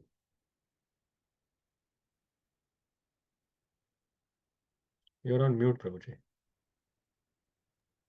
Thank you, Prabhuji. O Narada, the Lord spoke. I regret that during this lifetime you will not be able to see me anymore. Those who are incomplete in service and who are not completely free from all material trains can hardly see me. Hare Krishna. So the Lord has said that I regret that in this lifetime you will not be able to see me anymore. So that means that entire lifetime he is only 5 years old. You can see this. It is that entire life is remaining for him. Lord has given him darshan. He was very fortunate. But now the entire remaining lifetimes, imagine that if it is some previous other yuga, not Kali Yuga, and he's going to live for 1,000 years or 10,000 years or whatever number of years, 100,000 years. He was just 5 years old. And then for remaining lifetime, he is not going to be able to see the Lord. Why? 2 reasons. Because he is incomplete in service. So his devotional service is not yet completely grown. So it is incomplete. And he is not completely free from all material taints. So Srila Prabhupada explains, and Jiva Goswami also actually takes this line, but Vishwanath Chakravarti Thakur mentions differently.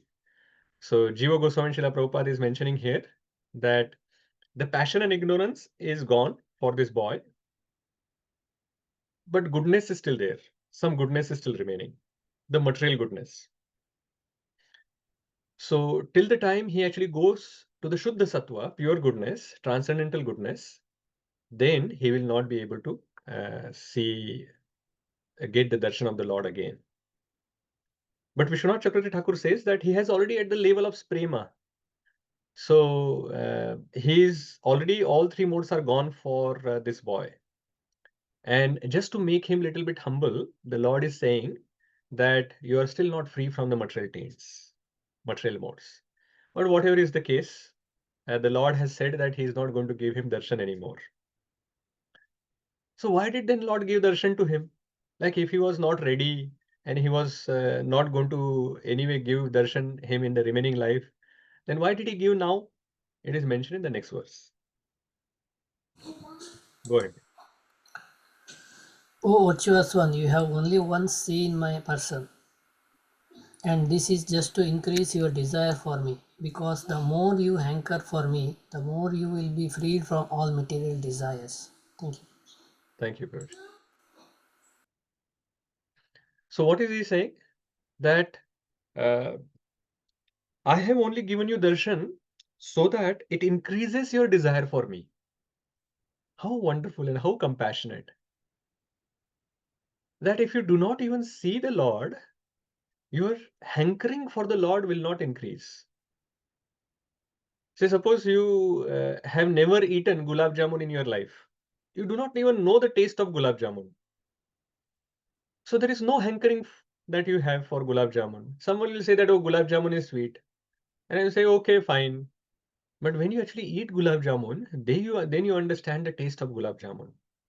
And then whenever there is gulab jamun or this word comes, then you are thinking, oh, I should eat one. Because that hankering gets created because you have taste for it.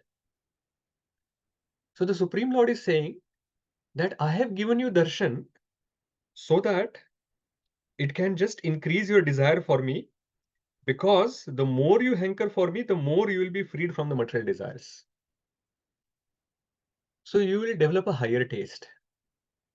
You are hankering for me to see me, to get my darshan again, and that will actually remove all your other material desires. So this is the plan of the Supreme Lord. Very beautiful purport here. Let's read that purport as well. Very wonderful purport. Who wants to read? Yeah, go ahead, Pamendra Prabhu. Hare Krishna, Prabhuji. A living being cannot be vacant of desire. He is not that stone. He must be working, thinking, feeling, and willing. But when he thinks, feels, and willingly wills materially, he becomes entangled, and conversely, when he thinks, feels, and the will of the service of the Lord, he becomes gradually freed from all entanglement. The more a person is engaged in the transcendental loving service of the Lord, the more he acquires a hankering for it. This is the transcendental nature of godly service. Material service has satisfaction, whereas spiritual service of the Lord has neither Satiation nor end. One can go on increasing his hankering for the loving transcendental service of the Lord, and yet he will not find satisfaction or end. By intense service of the Lord, one can experience the presence of the Lord transcendently. Therefore, seeing the Lord means being engaged in his service, because his service and his person are identical. The sincere devotee should go on with the sincere service of the Lord. The Lord will give the proper direction as to how and where it has to be done. There are no material desire in Nārada, and yet just to increase his intense desire for the Lord, he was so advised. Hare Krishna. Yeah. So Srila Prabhupada is beautifully written that we have to anyway think. We have to anyway, we cannot be vacant from the desires. We will have some desires. So the only option is whether we have material desires or spiritual desires. Because we are not a dead stone, Srila Prabhupada says, we are not a dead stone. So we are going to have some desires. The person must be working, thinking, feeling, and willing. So something is going to be there, and related to that, some desires are going to be there in us. But if we have material desires, then we get more and more entangled in it, and then we remain in this material world. But those desires, if we actually engage in the Supreme Lord, to have the desires for the Supreme Lord, then the same desires which was actually binding us and keeping us here, now the same desires, if we actually engage in Krishna's service, then automatically what will happen? We get purified. And he explains further that Lord is absolute. So Lord and Lord's service are same. So just like Lord is all purifying, similarly Lord's service is also all purifying. So we should engage ourselves in various different services of the Lord. And that is how we can make progress.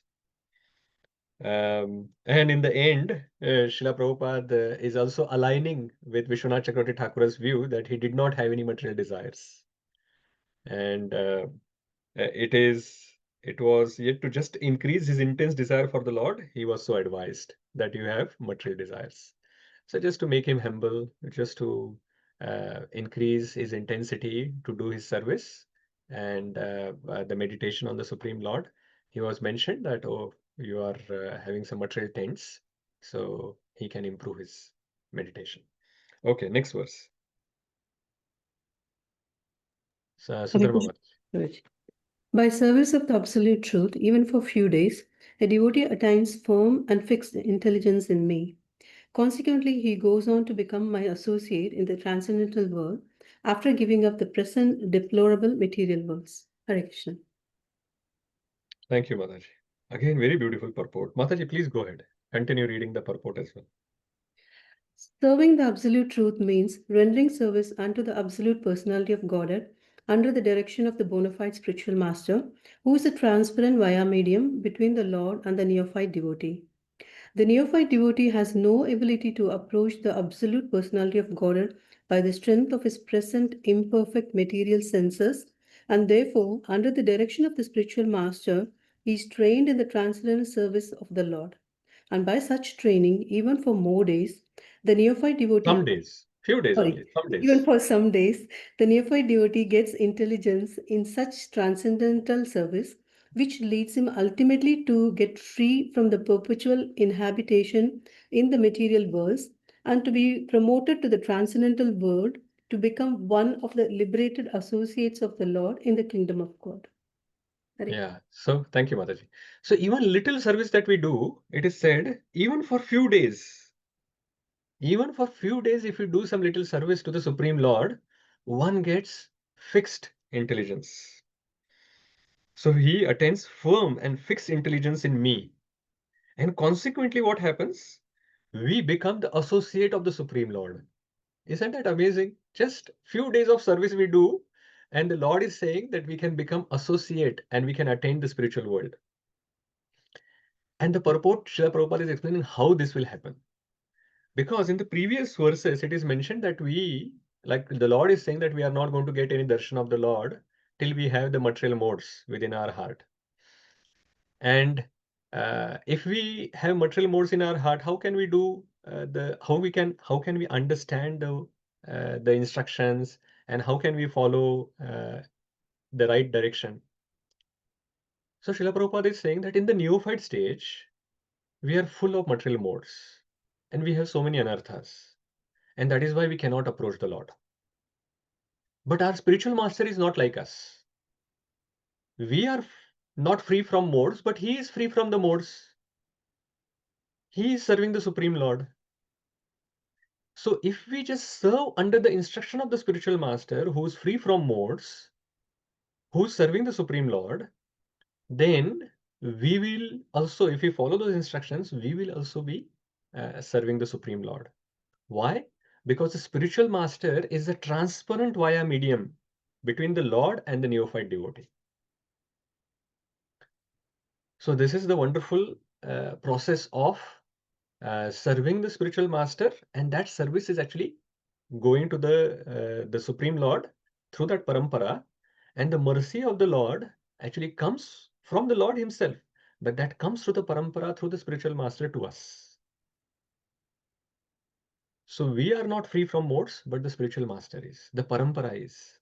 So through them, if we approach and follow their instructions, then we will also get the benefit as if we were fully like free from the material modes, because we are following the instructions of someone who's free from the modes. So that is how Srila Prabhupada has explained this. 24th verse.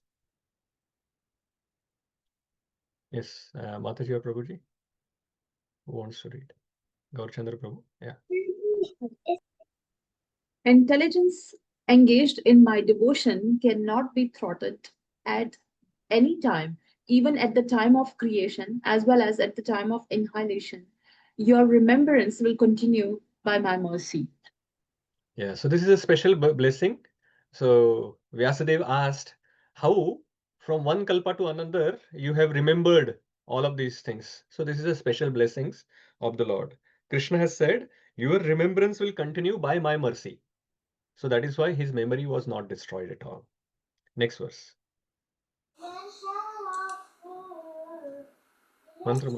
Then that supreme authority, personified by sound and unseen by eyes, but most wonderful, stopped speaking. Feeling a sense of gratitude, I offered my obeisances unto him, bowing my head. Thank you.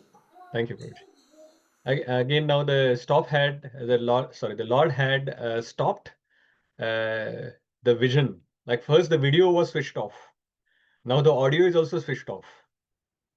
That is how I feel when there is no audio or no video in front of me.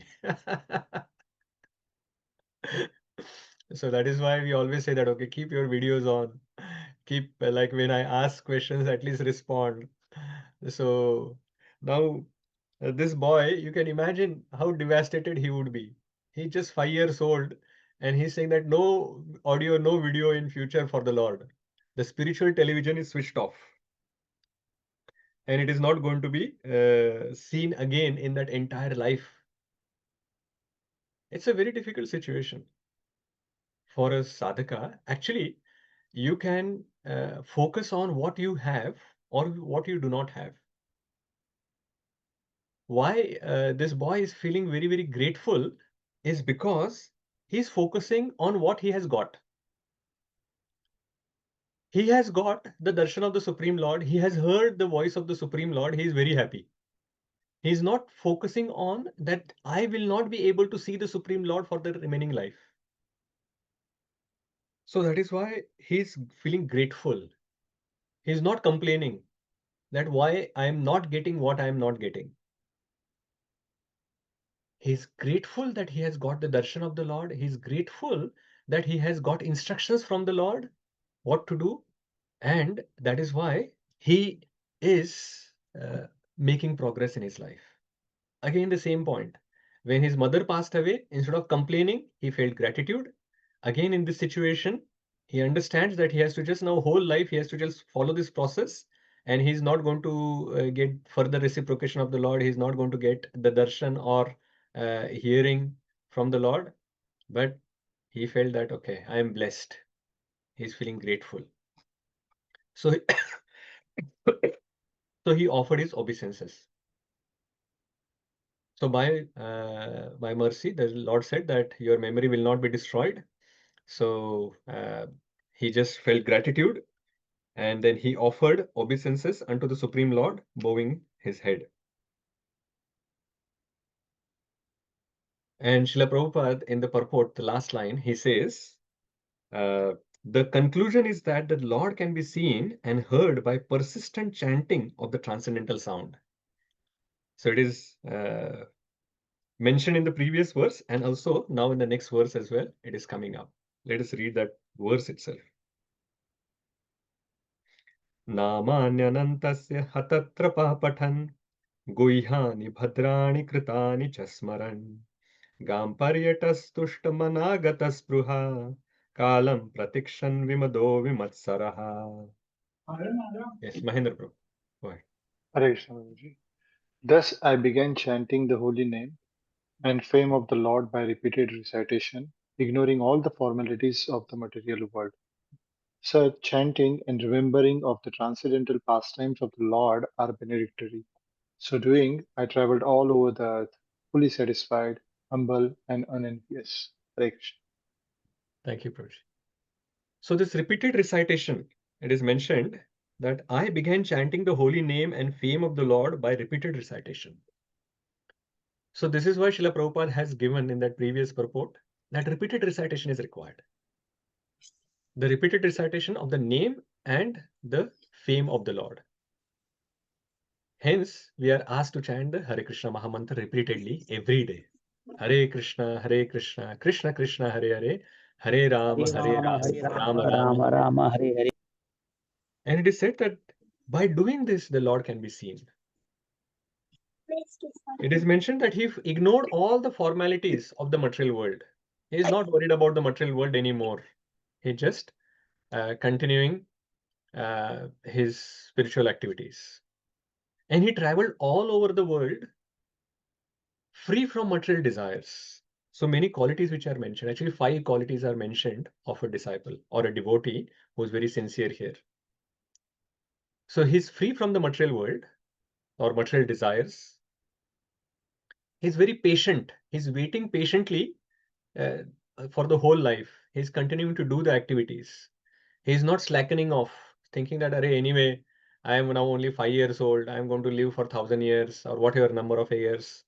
And let me enjoy some material desires. And then I will towards after 50 years of enjoyment, I will do again take Krishna's name.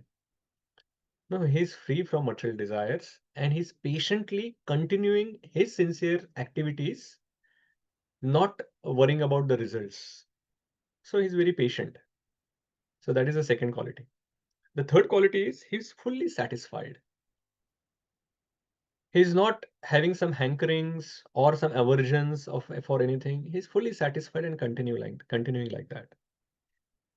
Fourth quality is he's very humble. There is no pride in him. And the fifth one is he's unenvious.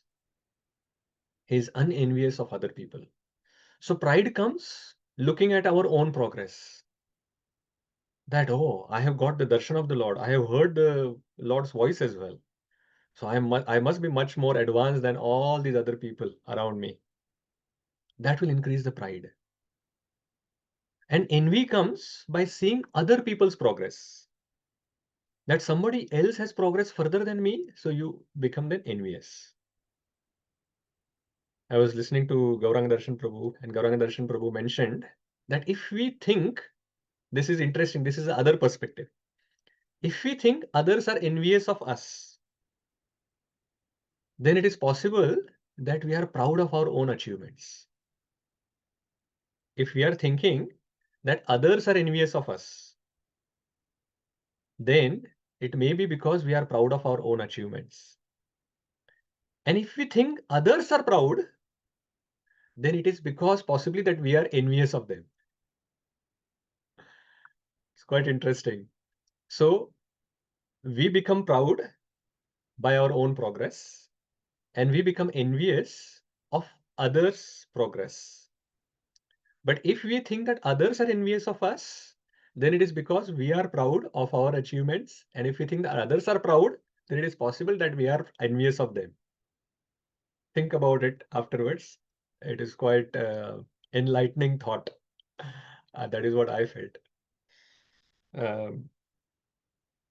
This purport is also very amazing. Let us come back to that. Let us read the next verse, the translation, and then we'll come to the purport of 26 again. Aparna Mataji. And so, O Brahmana Vyasadeva, in due course of time, I, who was fully absorbed in thinking of Krishna, and who therefore had no attachments, being completely freed from all material taints, met with death as lightning and illumination occur simultaneously. So lightning and illumination occur simultaneously. So when the lightning comes, immediately after that illumination is seen. Similarly, for a devotee, this leaving the material body and getting the spiritual body happens like this: lightning and illumination. So lightning is compared to that somebody is leaving his material body, but immediately at that point, just like illumination comes, he gets the spiritual body. So that is how happens. So that is what happened with this boy as well. So after many years, when he has completed his process, he was absorbed in Krishna, and that is the time that he met with his death. And just like lightning and illumination happens, he got the spiritual body. Let us go back now and read the purport for this verse number 26. Srila Prabhupada says the life of a sincere devotee is explained here. Life of a sincere devotee. We can learn so many things from this purport. Vidhi Mataji, please go ahead. Let us see life of the sincere devotee. The life of a sincere devotee of the Lord is thus explained in a nutshell by Nārada Muni by his personal example. Such a devotee, after his initiation by the Lord or his bona fide representative, takes very seriously chanting of the glories of the Lord and traveling all over the world so that others may also hear the glories of the Lord. Such devotees have no desire for material gain. They are conducted by one single desire to go back to Godhead. This awaits them in due course on quitting the material body. Because they have the highest aim of life, going back to Godhead, they are never envious of anyone, nor are they proud of being eligible to go back to Godhead. Their only business is to chant and remember the holy name, fame, and pastimes of the Lord, and according to personal capacity, to distribute the message for others' welfare without motive of material gain. Hare Krishna. Thank you, Maharaj. So Srila Prabhupada explains who is a sincere devotee. So first of all, it is mentioned that he takes initiation. A sincere devotee accepts a guru and then follows the instruction. So he takes initiation. And he or she takes the chanting very seriously. So that has to happen. Very sincere and very focused chanting has to happen. Then travels so that others will hear the glories of the Lord. As much as possible. It is not that everyone has to travel, like Grahasthas won't be able to travel like that, but at least what it means is they should distribute the glories of the holy name and glories of the Supreme Lord to others. Even if you are not able to travel, wherever you are, you can distribute that. Has no desire for material gain. So this distribution of the holy name, distribution of the glories of the Supreme Lord may give some material gain to the devotee. But the devotee should be free from this desire for material gain. Pujala, pratishtha, they should not have the desire for. Their whole only desire should be that they just one desire it is mentioned. They have only one desire to go back to Godhead. That is what they should be having. And while doing this, they are patiently waiting for the mercy of the Lord and never envious, never proud. They are never envious of others, other people making progress, and they are never proud of their own progress. And such a sincere devotee will definitely get the mercy of the Supreme Lord. That is what is mentioned.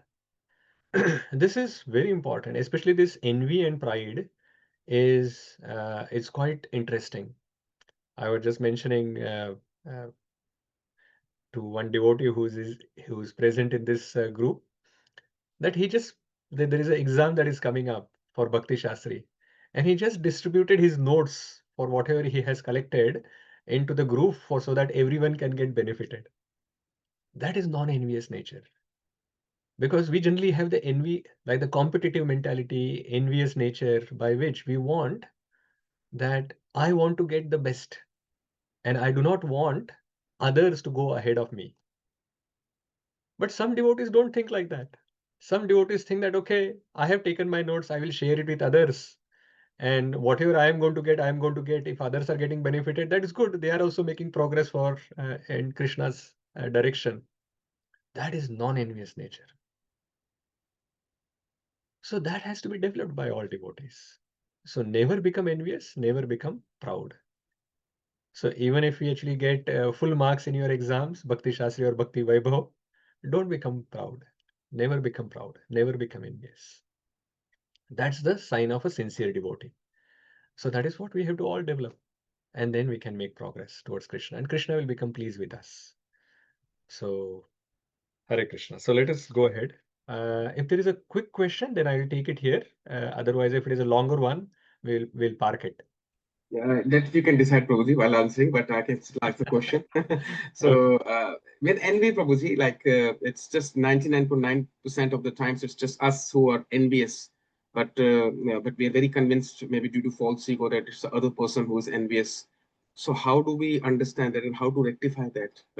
If it's a short answer, you can give. Otherwise, you can choose to give it later. Envy and pride is never like a short answer, but mainly is because if we actually see that somebody else is envious of us, or we are thinking that somebody else is envious of us, as Gauranga Darshan Prabhu mentioned, that it is because we may be proud of our own achievements.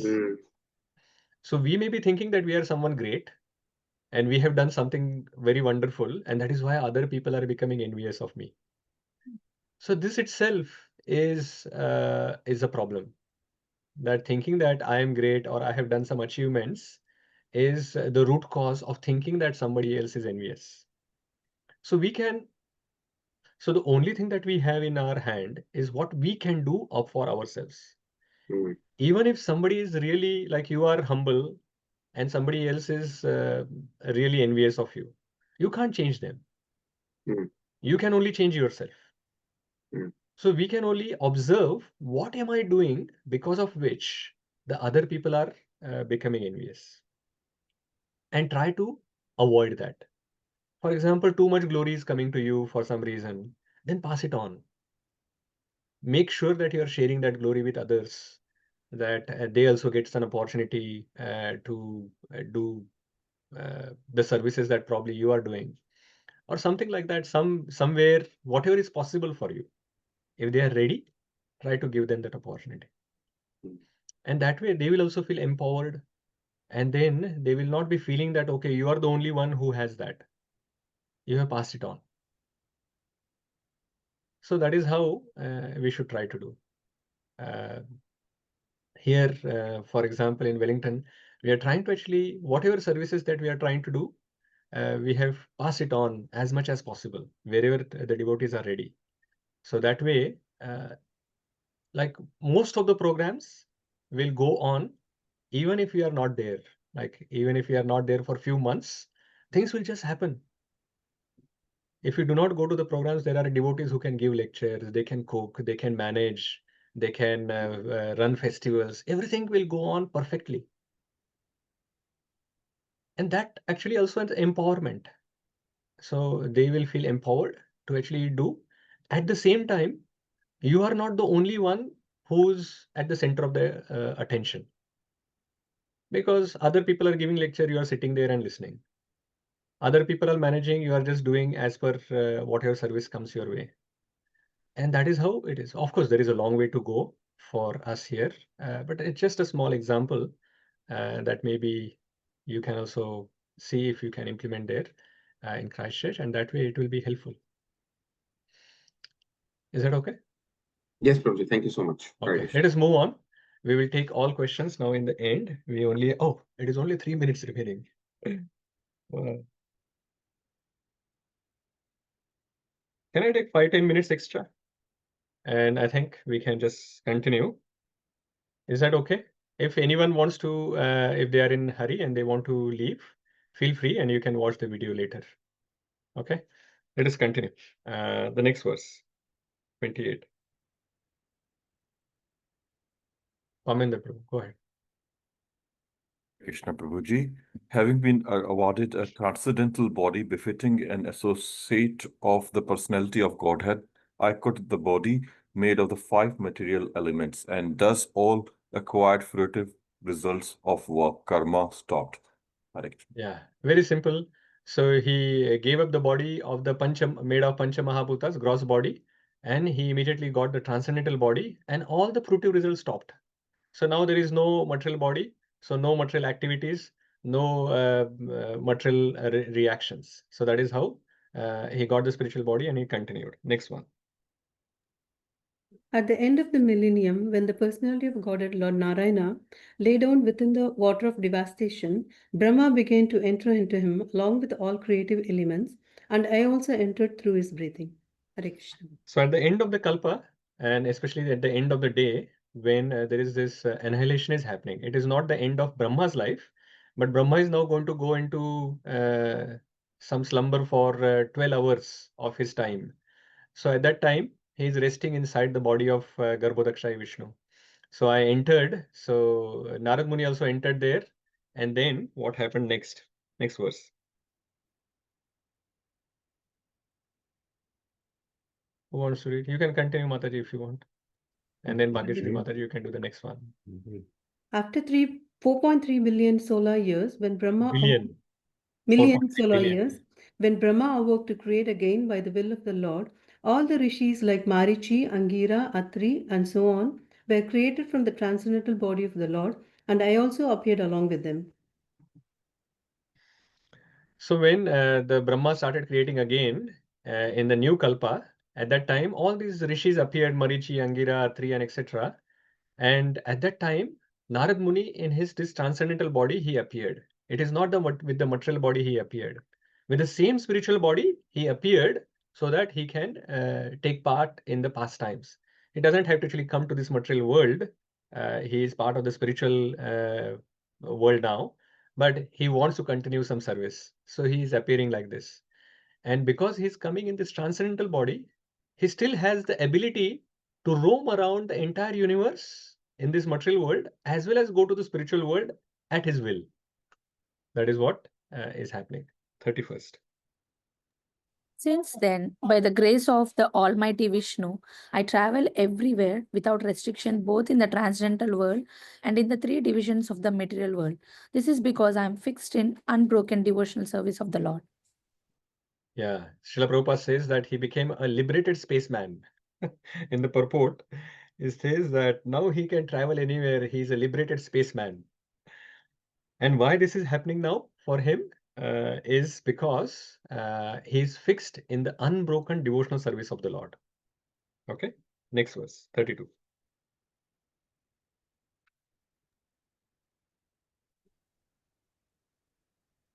And thus I travel constantly, singing the transcendental message of the glories of the Lord, vibrating this instrument called a veena, which is charged with transcendental sound and which was given to me by Lord Krishna.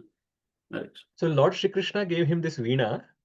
Lord is transcendental, and he gave the veena. So veena is also transcendental. And it is said that it is charged with a transcendental sound. It is not an ordinary sound that comes from Nārada Muni's veena. It is a transcendental sound that comes. And Srila Prabhupada explains in the purport that all these suras, sa, re, ga, ma, pa, dha, ni, sa, Nārada Muni used in the service of the Lord. And in his footsteps, anyone who's good with the sur, they should also use that in the service of the Supreme Lord. And Nārada Muni is traveling all around the universe in the material world as well as spiritual world, wherever he can go, vibrating his veena and glorifying the Supreme Lord, always taking the names.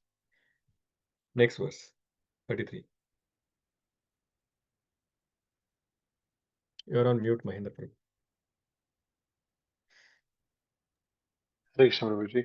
The Supreme Lord Sri Krishna, whose glories and activities are pleasing to hear, at once appears on the seat of my heart, as if called for, as soon as I begin to chant his holy activities. Hare Krishna. Hare Krishna.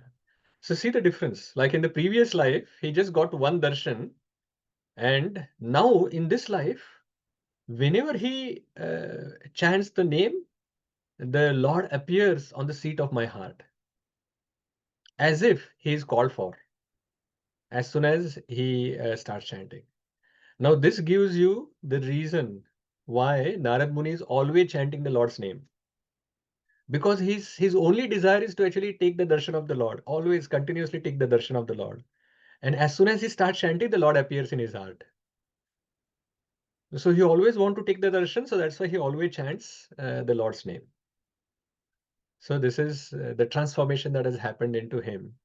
So earlier, he just got one darshan, but now whenever he chants, he gets the darshan of the Lord, and that's why he chants continuously. Srila Prabhupada says, in this purport, he says that at once he becomes visible to the transcendental eyes of the pure devotee by reflecting himself on the mirror of the heart of the spiritual television. So Srila Prabhupada is saying that there is a spiritual television going on in Nārada Muni's heart. And as soon as he chants, the tuning happens and he's able to see the Supreme Lord there. So that is the power of chanting. Next verse is very amazing. Let us recite this verse. एतद्ध्यातुरचित्तानां मात्रा स्पर्शे छयामुहुः भवसिन्धुप्लवो दृष्टो हरिचर्यानुवर्णनम्. Anyone else wants to recite? Very beautiful verse. एतद्ध्यातुरचित्तानां मात्रा स्पर्शा छयामुहुः भवसिन्धुप्लवो दृष्टो हरिचर्यानुवर्णनम्. Bhageshwari Mataji, you raise your hand for reciting? Yes, Okay, go ahead. एतद्या आतुरचित्तानां मात्रा स्पर्शेय च मुहुः भवसिन्धुप्लवो दृष्टो हरिचारान्युवर्णनम्. Haricharyanu Ramakrishna Prabhu, you can do the translation. Thank you, Prabhuji. It is personally experienced by me that those who are always full of cares and anxieties due to desiring contact of the senses with their objects can cross the ocean of nescience on a most suitable boat. The constant chanting of the transcendental activities of the personality of Godhead. Hare Krishna. Thank you. Hare Krishna. Very wonderful verse. It is saying that the people, like all of us, who are desiring the contact of the senses and their objects. So basically, we are trying, those people who are trying to do sense enjoyment in this material world, they are always full of cares and anxieties. So we are always anxious because of we are interested in sense enjoyment. We are always having anxieties. And Nārada Muni is saying that it is my personal experience that it is, I can understand that all of these people who are anxious because of this, they can actually get liberated. They can actually go beyond or cross the this ocean of the nescience or this material world. Bhavasagar can be crossed by a wonderful boat. And what is that boat? That boat is constant chanting of the transcendental activities of the Supreme Lord. So Srila Prabhupada gives very beautiful purport here. Don't have time to actually read it, but in summary, Srila Prabhupada is saying that we keep speaking. We cannot remain silent. But if we speak under the influence of Maya, external energy, then the result is anxiety. And Maya is what? It is said this is called Maya, or what is not. That which cannot give them satisfaction is accepted as an object of satisfaction.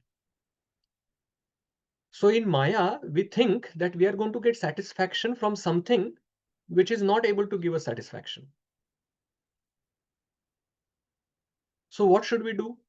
So Nārada Muni is saying, by my personal experience, I can tell you that all these people will get satisfaction by chanting always Krishna's glories.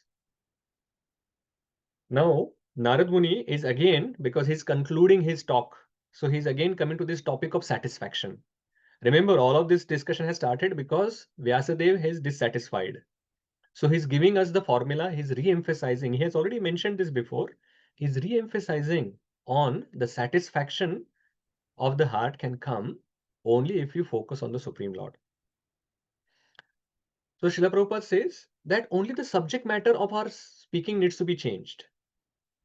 So he gives 5 examples as well. Instead of discussing politics of these dying people in this world, we should discuss politics of Lord Shri Krishna. In Mahabharata, there is a lot of political things which are happening. So you can just read that or other pastimes. And then he says that instead of discussing activities of the cinema actors, discuss activities of the Lord and his eternal associates like gopis and lakshmis. And that is how we can just change the subject matter, and that small change that we do in our life can change our future. So instead of anxieties that we have, we will become free from those anxieties and we'll get a darshan of the Lord by going to the Supreme, by going to the spiritual world. Let's go to the next verse. Translation 35. Raju Prabhu, go ahead. Hare Krishna Prabhuji. It is true that by practicing restraint of the senses by the yoga system, one can get relief from the disturbances of desire and lust. But this is not sufficient to give satisfaction to the soul. For this satisfaction is derived from devotional service to the personality of Godhead. Hare Krishna. Yeah. So it is mentioned now by Nārada Muni that yama, niyama, asana, pranayam, all this process, yama, adi, yama and other things. So all these processes can get us the relief from the desire and lust, but it will still not give satisfaction. These mechanical processes can actually somehow or the other, you can control your mind, and the desire and lust will go away, but it will still, the satisfaction will not come. Only devotional service to the Supreme Lord can give us satisfaction. So how we can do that? Use the senses in the service of the Lord. That is going to give us satisfaction. So the previous verse was talking about that changing the subject matter of our speech, what we are speaking. And here the engagement of the senses is spoken about. So if we change the subject matter of our speech and engage our senses in the service of the Lord, then what happens? We will get the satisfaction. Next verse, 36. Uma Mataji. O Vyasadeva, you are freed from all sins. Thus I have explained my birth and activities for self-realization as you asked. All this will be conducive for your personal satisfaction also. Hare Krishna. Yeah. So Nārada Muni is saying that all this I have explained because it is also conducive for your personal satisfaction. You have been despondent. You are thinking why you are dissatisfied. So I explained to you my life story so that you can also get the personal satisfaction. Last verse. Oh, actually two more, 37 and 38. Sudharma Mataji. Suta Goswami said, thus addressing Vyasadeva, Srila Nārada Muni took leave of him, and vibrating on his Veena instrument, he left to wander at his free will. So Nārada Muni departs. He has done his work. He has given the instructions. So Nārada Muni took leave of him, and vibrating on his Veena instrument, he left to wander at his own free will. So he has freedom to travel anywhere. So Srila Prabhupada has again a very beautiful purport. You should read that. Srila Prabhupada is saying that in Maya, we think that we have freedom, but we are actually bound up. And we have so many restrictions in this world. But Nārada Muni has no restrictions. He can go any part of this universe up to this or to the spiritual world. Anywhere he can go. And he says that devotional service, just like Narada is free and he has full freedom, devotional service is also free. But even if it is free, it may or may not develop in a particular person. So he says, Srila Prabhupada says, similarly, the transcendental system of devotional service is also free. It may or may not develop in a particular person even after he undergoes all the detailed formulas. So again, mechanically it is not going to happen. It is actually going to start with the association of devotees, Satam Krupa. That is where it is going to happen. And Srila Prabhupada continues. He says that similarly, the association of devotees is also free. Everything is free. Association of devotees is free. Devotional service is free. The freedom that we get is free. But what is said further, one may be fortunate to have it, or one may not have it even after thousands of endeavors. So Satam Krupa is again not dependent on us. It is free, but one may be fortunate to get it and someone may not be get it. Or even sometimes we are in association, but we are not able to understand it and not able to take it properly. Dheeraj Prabhu, last translation. Thank you. Hare Krishna. All glory and success to Srila Nārada Muni because he glorifies the activities of the personality of Godhead, and so doing he himself takes pleasure and also enlivens all the distressed souls of the universe. Hare Krishna. Thank you. So all glory to Sri Nārada Muni. So Suta Goswami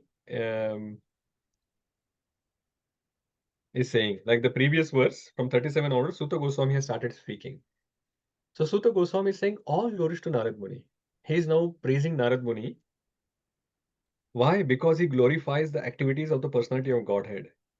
And so doing, he himself takes pleasure. Like he is satisfied, he is pleased. But at the same time, he also enlivens all the distressed soul of the universe.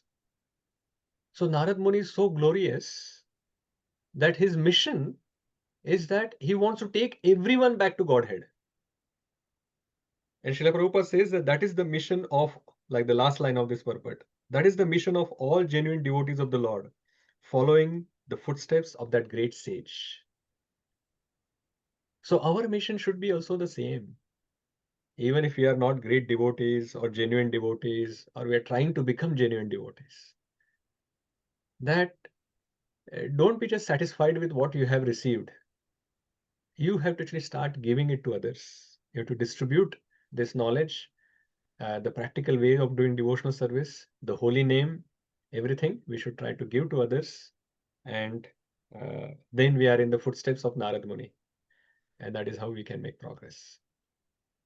So next chapter is where the Shaunaka Rishi asks further that now that Nārada Muni had left and given instruction to Vyāsadeva, what did Vyāsadeva do after that? Just like earlier it was mentioned, like Vyāsadeva was asking, the Bhaktivedanta is left. Then what did Nārada Muni do, like the son of the maidservant do? So similarly, Shaunaka Rishi asked the similar question, and then that discussion continues. So we'll see that in the next session. Just a quick, from the last section of the verses that we have seen, a small change in our life can make a big difference. So change the subject matter of our discussion to the glories of the Lord and change the object of our service to the Lord.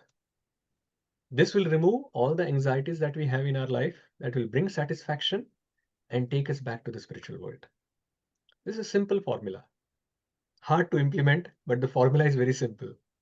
We have so many desires, material desires, but if we keep doing like this, then the material desires will be gone and they will be replaced by the spiritual desires. Thank you very much, and apologies, I took 16 minutes extra. So apologies for that. I thought that this chapter was so small, I will finish early and I will have lots of time for question and answers afterwards. But I was dreaming. Hare Krishna. So any reflections, comments, questions, or any summary points anyone wants to mention, they can take them now. Thank you.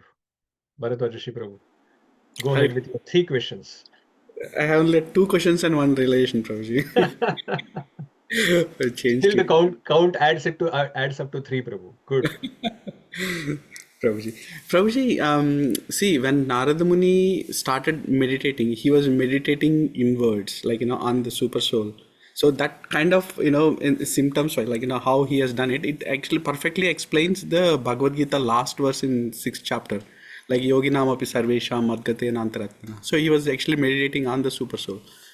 And then actually in Bhagavad Gita, Krishna actually then moves on to Bhakti Yoga, that is being the highest, like, not dhyana, but, doing the devotional service. Is that why actually Lord also not really, like, at that time he has given the darśana as a super soul, but not as like full on given mercy on him? Is that why, Prabhuji, that he has not done enough bhakti? He was rather during dhyana internally. No, Prabhuji, I think that is not the reason. Acharya has actually mentioned that he was at the level of prema already, but his prema was premature. Right. So it was in an infant stage of prema. When he goes to the youthful stage of prema, only then he will have a constant darshan. So his prema had to be increased. So to increase that prema, what he did, the Lord did, he gave the darshan and he took it out. He switched off the television. So that is why then his hankering for that increased. And then from the the infant prema, then it increased to youthful prema, because he's constantly thinking about the Lord, and he was constantly thinking that I want to see the Lord. So, and in different times, the process for bhakti can be different. So in Kali Yuga, we can't do most of the things. That is why the bhakti is only done through the Nama Sankirtana. But in the previous Yuga, they can actually also do some austerity. They can do many other things, like Nārada Muni giving advice to Dhruva Maharaj to do various different austerity and then take the name of the Supreme Lord. But finally, the name of the Supreme Lord and focusing on the Supreme Lord was constant. Right. So the devotional service is there, but some process may be a little bit here and there different. But the underlying common denominating factor is always the names and glorification of the Supreme Lord. So that Shravanam, Kirtanam, Vishnu Smaranam, all of those processes are still there. Right. Thank you. Okay. Prabhuji, when you say it's infant prema, is it because, like, he's just gotten the mercy from the sages, from those sages, and he hasn't practiced enough? Is that the reason? Like, so that means if we get any mercy from any from the association of any pure devotees, so would that be considered like premature prema and then subject to us maturing that prema. Yeah, Satam Krupa is actually beginning stage, Prabhu. Right. And after that, you actually go through all these other processes, which is like in the 9 processes, if we see, then we have to Shraddha, then Sadhu Sangha, then Anartha Nivrutti, sorry, the Bhajan Kriya, then Anartha Nivrutti, all of that has to happen. Then Nishtha, Ruchi, Asakti, Bhava, and Prem will come. So Satam Krupa is beginning even before Shraddha. So they are giving us the opportunity to hear and do some service, and that is how we will develop some Shraddha, and then we will go to Bhajan Kriya and everything. So the mercy, it has to start with mercy, no doubt. Also, to move from that Nishtha stage to come to Ruchi Asakti Bhava Prem, again mercy is required. So Nārada Muni got that mercy from the sages, because only a pure devotee can connect us and give us the Ruchi Asakti Bhava Prem, because they have Ruchi Asakti Bhava Prem, and that from them we can get. So he has got that, but it is like the example that is there generally, the flower has just started blooming. It hadn't bloomed yet completely. So to come to that level, then he had to actually also continue that his loving devotional service in separation. Right. And that gives him even more strong desire that helps in blooming. Thank you, Prabhuji. Right. Hare Krishna. Surananda Prabhu. Prabhu, what happened to your realization? Maybe I can hear your realization as well. Realization is it is wonderful to see example of how Narada Muni transformed and Lord reciprocates, and the steps that we should do, and the essence that that was given at the end, that no matter where we are, actually just focus on continuous chanting of the glories of the Lord. That will actually make us perfect. So that was really good to see as with an example of Narada Muni himself. Yeah, these examples like philosophy in practice, if we get these through examples, and then it actually we can understand it better. We can understand this example in front of us, that okay, this is how it can actually change our life as well if we continue.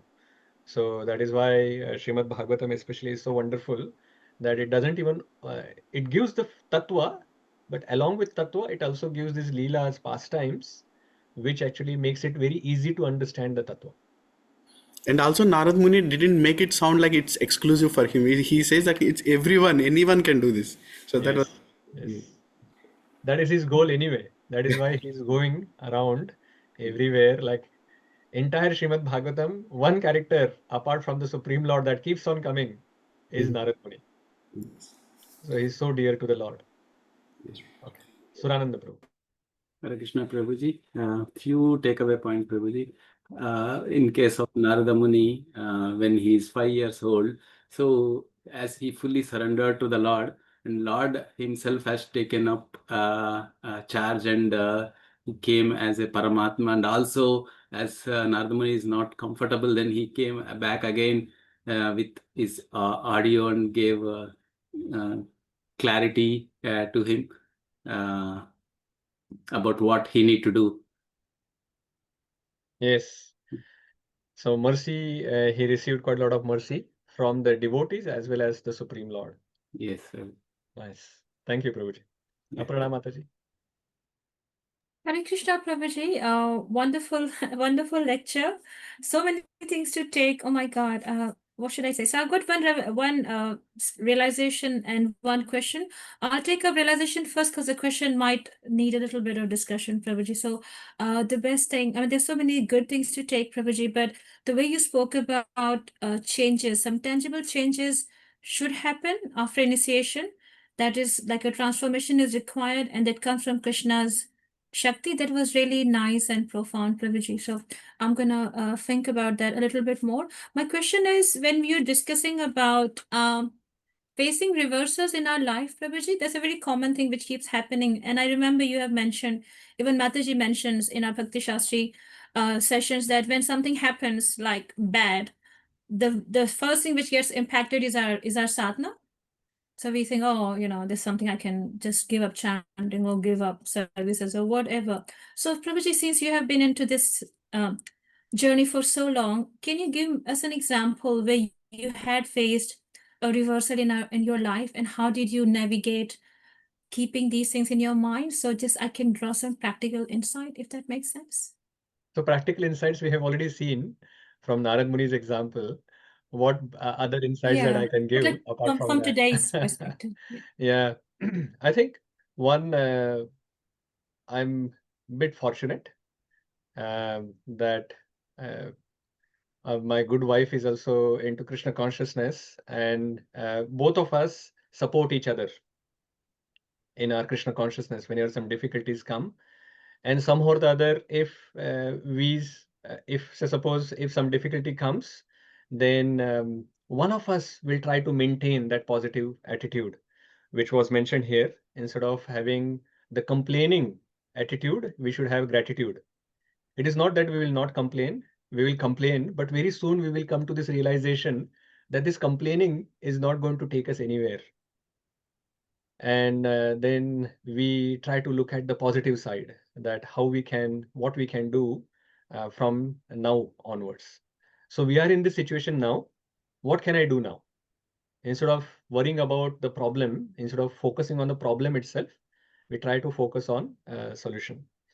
So because of that, somehow or the other, even though in the beginning we may be bogged down by the problem itself, and we may do some complaining, at least amongst ourselves, that, oh, why this devotee is doing like this, why this is happening like this.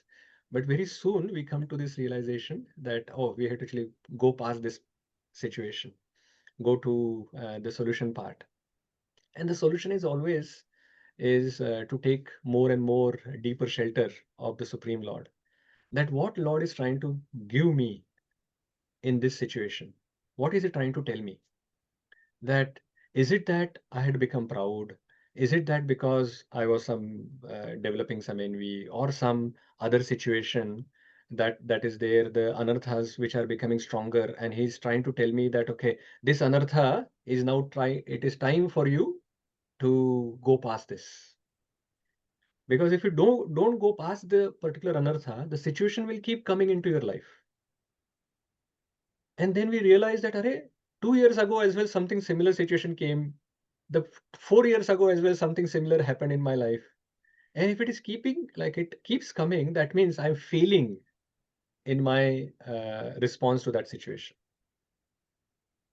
So what did I do in the past situations? So if that response was a fail, that is why this is coming again. I have to do something different. And how then we can take some guidance from some other senior devotees. If Guru Maharaj is available, spiritual master is available, giving him a call, try to explain the situation, try to get some guidance, and that is how we can change the course of our activities and the responses, and that is how it has helped. And as I was saying, that I'm quite fortunate because there are so many wonderful devotees. They are ready to help, not only in the community, but also the visiting devotees who keep coming.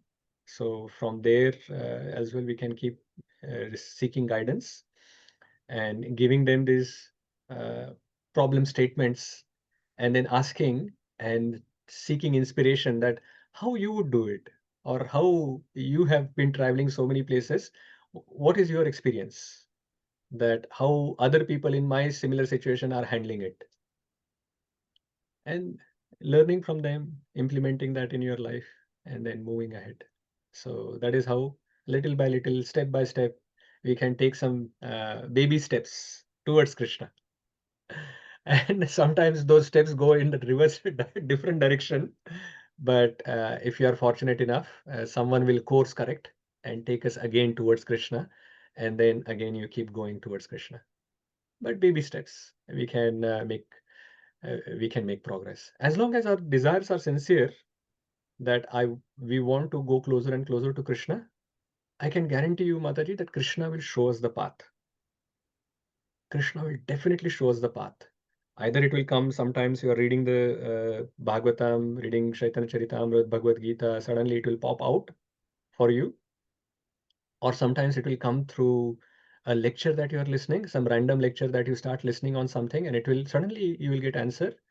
Or you can ask someone specifically, and then you get answer, or you ask your guru, you will get answer. Somehow or the other, if you are having a strong desire to progress towards Krishna, Krishna will drag you towards him, as it was mentioned before, that it will happen. That is my experience, Mataji, that somehow or the other, Krishna keeps me on that path. Very well explained. Thank you, Prabhuji. So helpful. Hare Thank Krishna. you. Hare Krishna. Gaurchandra Prabhu or Mataji. Hare Krishna, Prabhuji. So my take-home lesson is that I've heard it many times, but actually realized it today when you said it again, that anyone can start bhakti at any stage of the life. And you gave the example of Prahlad Maharaj, that he started in the womb. And then Dhruva Maharaj and Nārada Muni, they started at age 5. So this is amazing. And another examples that you gave of Vidura, Parikshit Maharaj and Nārada Muni, that how they chose to have firm faith on the Supreme Personality of Godhead rather than complaining of the situation in which they were. And then they took the path of that firm faith, following the instructions and footsteps of the acharyas. In the case of Nārada Muni, these Bhaktivedantas. And then finally he could see the Lord face to face. So this is amazing. Thank you so much, Prabhuji, for that. Hare Krishna. Thank you, Mataji, for sharing. Vidhi Mataji. Hare Krishna, Prabhuji. Thank you very much, Prabhuji. Very nice session. I have one question. It was regarding a devotee having qualities. So there were two qualities we discussed. One of that is like hankering for the mercy of the Lord, like lalasa may we always say. And another quality is devotee has patience and thinking that Lord is independent. If he wants to give mercy, he can give, but he is not dependent on anything. So are these two qualities contradict, Prabhuji? Very good question, Mataji. That the Lal Samay, or the having the desire that the Lord will give me darshan or protection or whatever. And the other one was that he is having patience. They are not contradictory, Mataji. They are actually supporting each other. So you have strong desire that Lord will reciprocate with you, but you are patiently waiting. So you continue your sincere effort and understanding that the Lord is independent. He will give, not give, or give now, or give in future. It is up to him. So that is where patience is required. But our desires is independent. Just like Lord can decide what he wants to do, our desires are also independent. He has given us the free will. We can have our own desires, that I want this from you, Lord. Whether you want to give or not, it is up to you. I will wait patiently for it. So that is how it is. Okay. Thank you. Hare Krishna. Sudharma Mataji. Thank you, Prabhuji, for the wonderful session. Lot of realizations. First, I will share my realization, Prabhuji, and then I will ask my Please go ahead. question. Thing which you said about proud and enviousness, that's a very good point, which I think I have to go back and contemplate on. It's going to help a lot.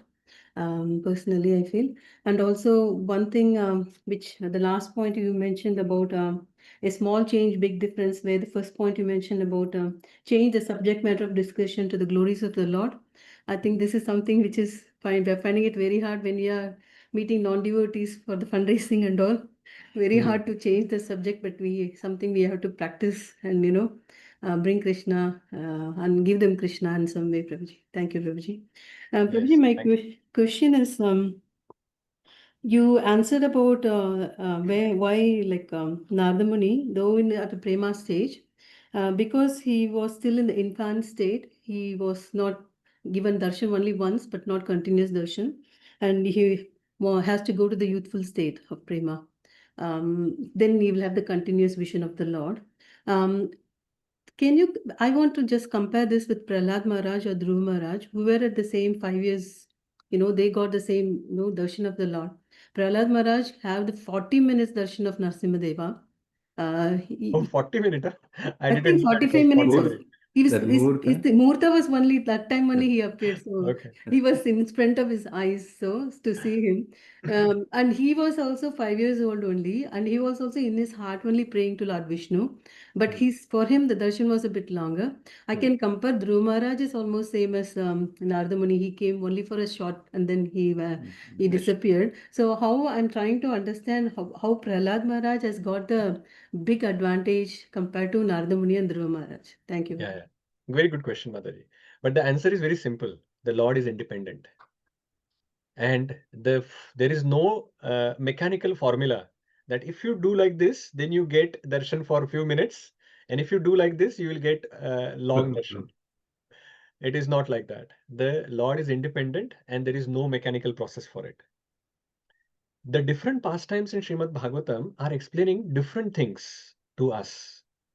Now, this Nārada Muni's pastime from his previous life is for inspiring all of us to see that how a sadhaka can actually progress in this progress from the initial stage of Shraddha to Prema. So step by step things, how he is moving and how we can learn from it is explained. Also, it is emphasizing on that how we can get satisfaction, happiness only by adding Krishna into our life. So to actually explain that this particular pastime has come. And then especially for the small child, for increasing his hankering for the Supreme Lord, he was given little taste. It is like releasing a trailer of a movie before the movie comes.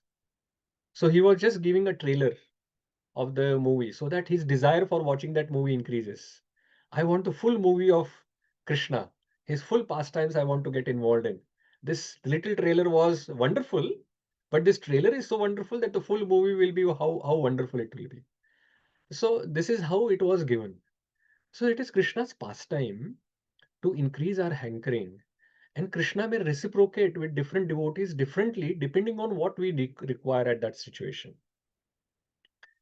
So if you actually see that in one way that Dhruva Maharaj, he got darshan of the Supreme Lord, but then for many long time, then he kept on ruling the world.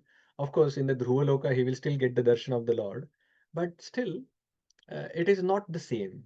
So we can't compare one devotee to another because the spiritual world is absolute. It is not relative.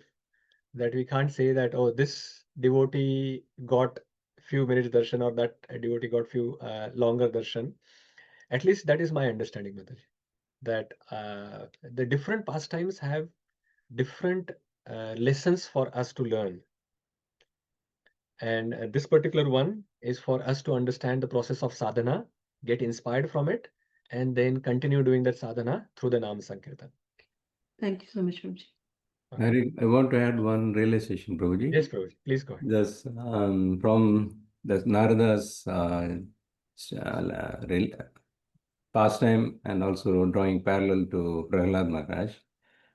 Like in 2 verses, he just said his journey. That should be an arduous journey as a 5-year boy. Just travel through the jungle and other thing without any protection. So, and if you draw the same thing, that's a very difficult situation he was in, but still he is relying on the Lord in his heart. Similarly, Prahlad Maharaj was put into a different, very, very difficult situation by his own father, but still he was just praying to the Lord. So these two things Wonderful, Prabhu. Wonderful. As a Very sadhaka, nice. we can face any situation still relying on the Lord. Yeah, firm faith in the Lord, that Lord has a plan for me and he will give me protection and he will always do good for me. Yeah. So that firm faith is the common denominating factor for all the pure devotees, that they have this firm faith. And that's why no no challenges, no reversals, they get shaken. Bharata Rishi Prabhu. Hare Krishna, Prabhuji. Prabhuji, just an extension to your earlier answer to Sudharma Mataji.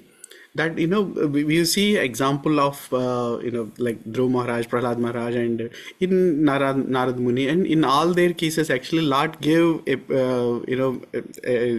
darshan, and then disappeared, and then they continued with the, why not he is giving that darshan, just glimpse of that darshan for us, and then we'll also be very faithful, Prabhuji.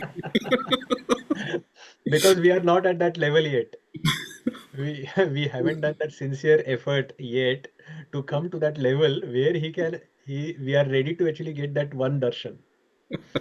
So once we actually get ready to that, come to that stage, we will also get. But the good thing is that the Lord still reciprocates with us in different ways. Yes. It is not possible to continue on the process of sadhana without having any realizations from the Supreme Lord, any reciprocation from the Supreme Lord. Rajavidya Rajaguhyam Pavitram Idam Uttamam Pratyaksha Avagamam Dharmyam Susukham Kartum Avyayam.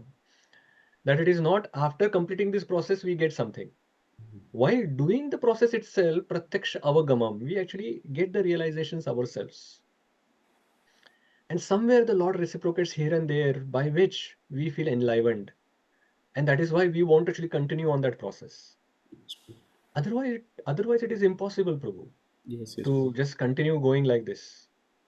So because of that, some small realizations that the Lord keeps giving, some hints he keeps giving that I'm existing, I'm there for you. Then we feel that, okay, let me continue. Yes, And I want to actually get that more reciprocation from the Lord, and that keeps us going. Yes, my second question, Prabhuji. Okay. Oh, I thought you asked your two questions. No.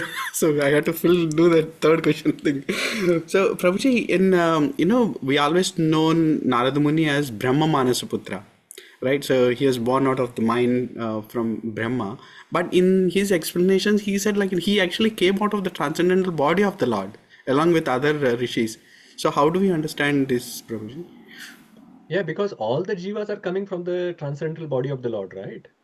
That all the jivas are getting impregnated inside the creation by this vision of the Supreme Lord.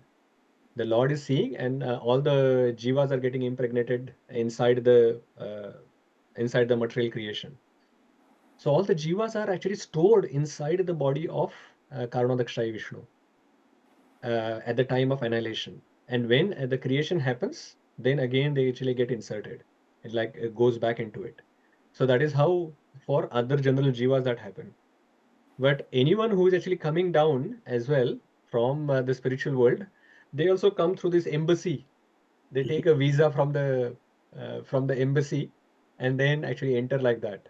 So that is how it is mentioned that they come from that. Of course, the Brahma is the secondary creator. Right. So it is not that all these jivas or all these sages and all these other praja that he creates, he creating it himself. Because he has no ability to create jivas, na?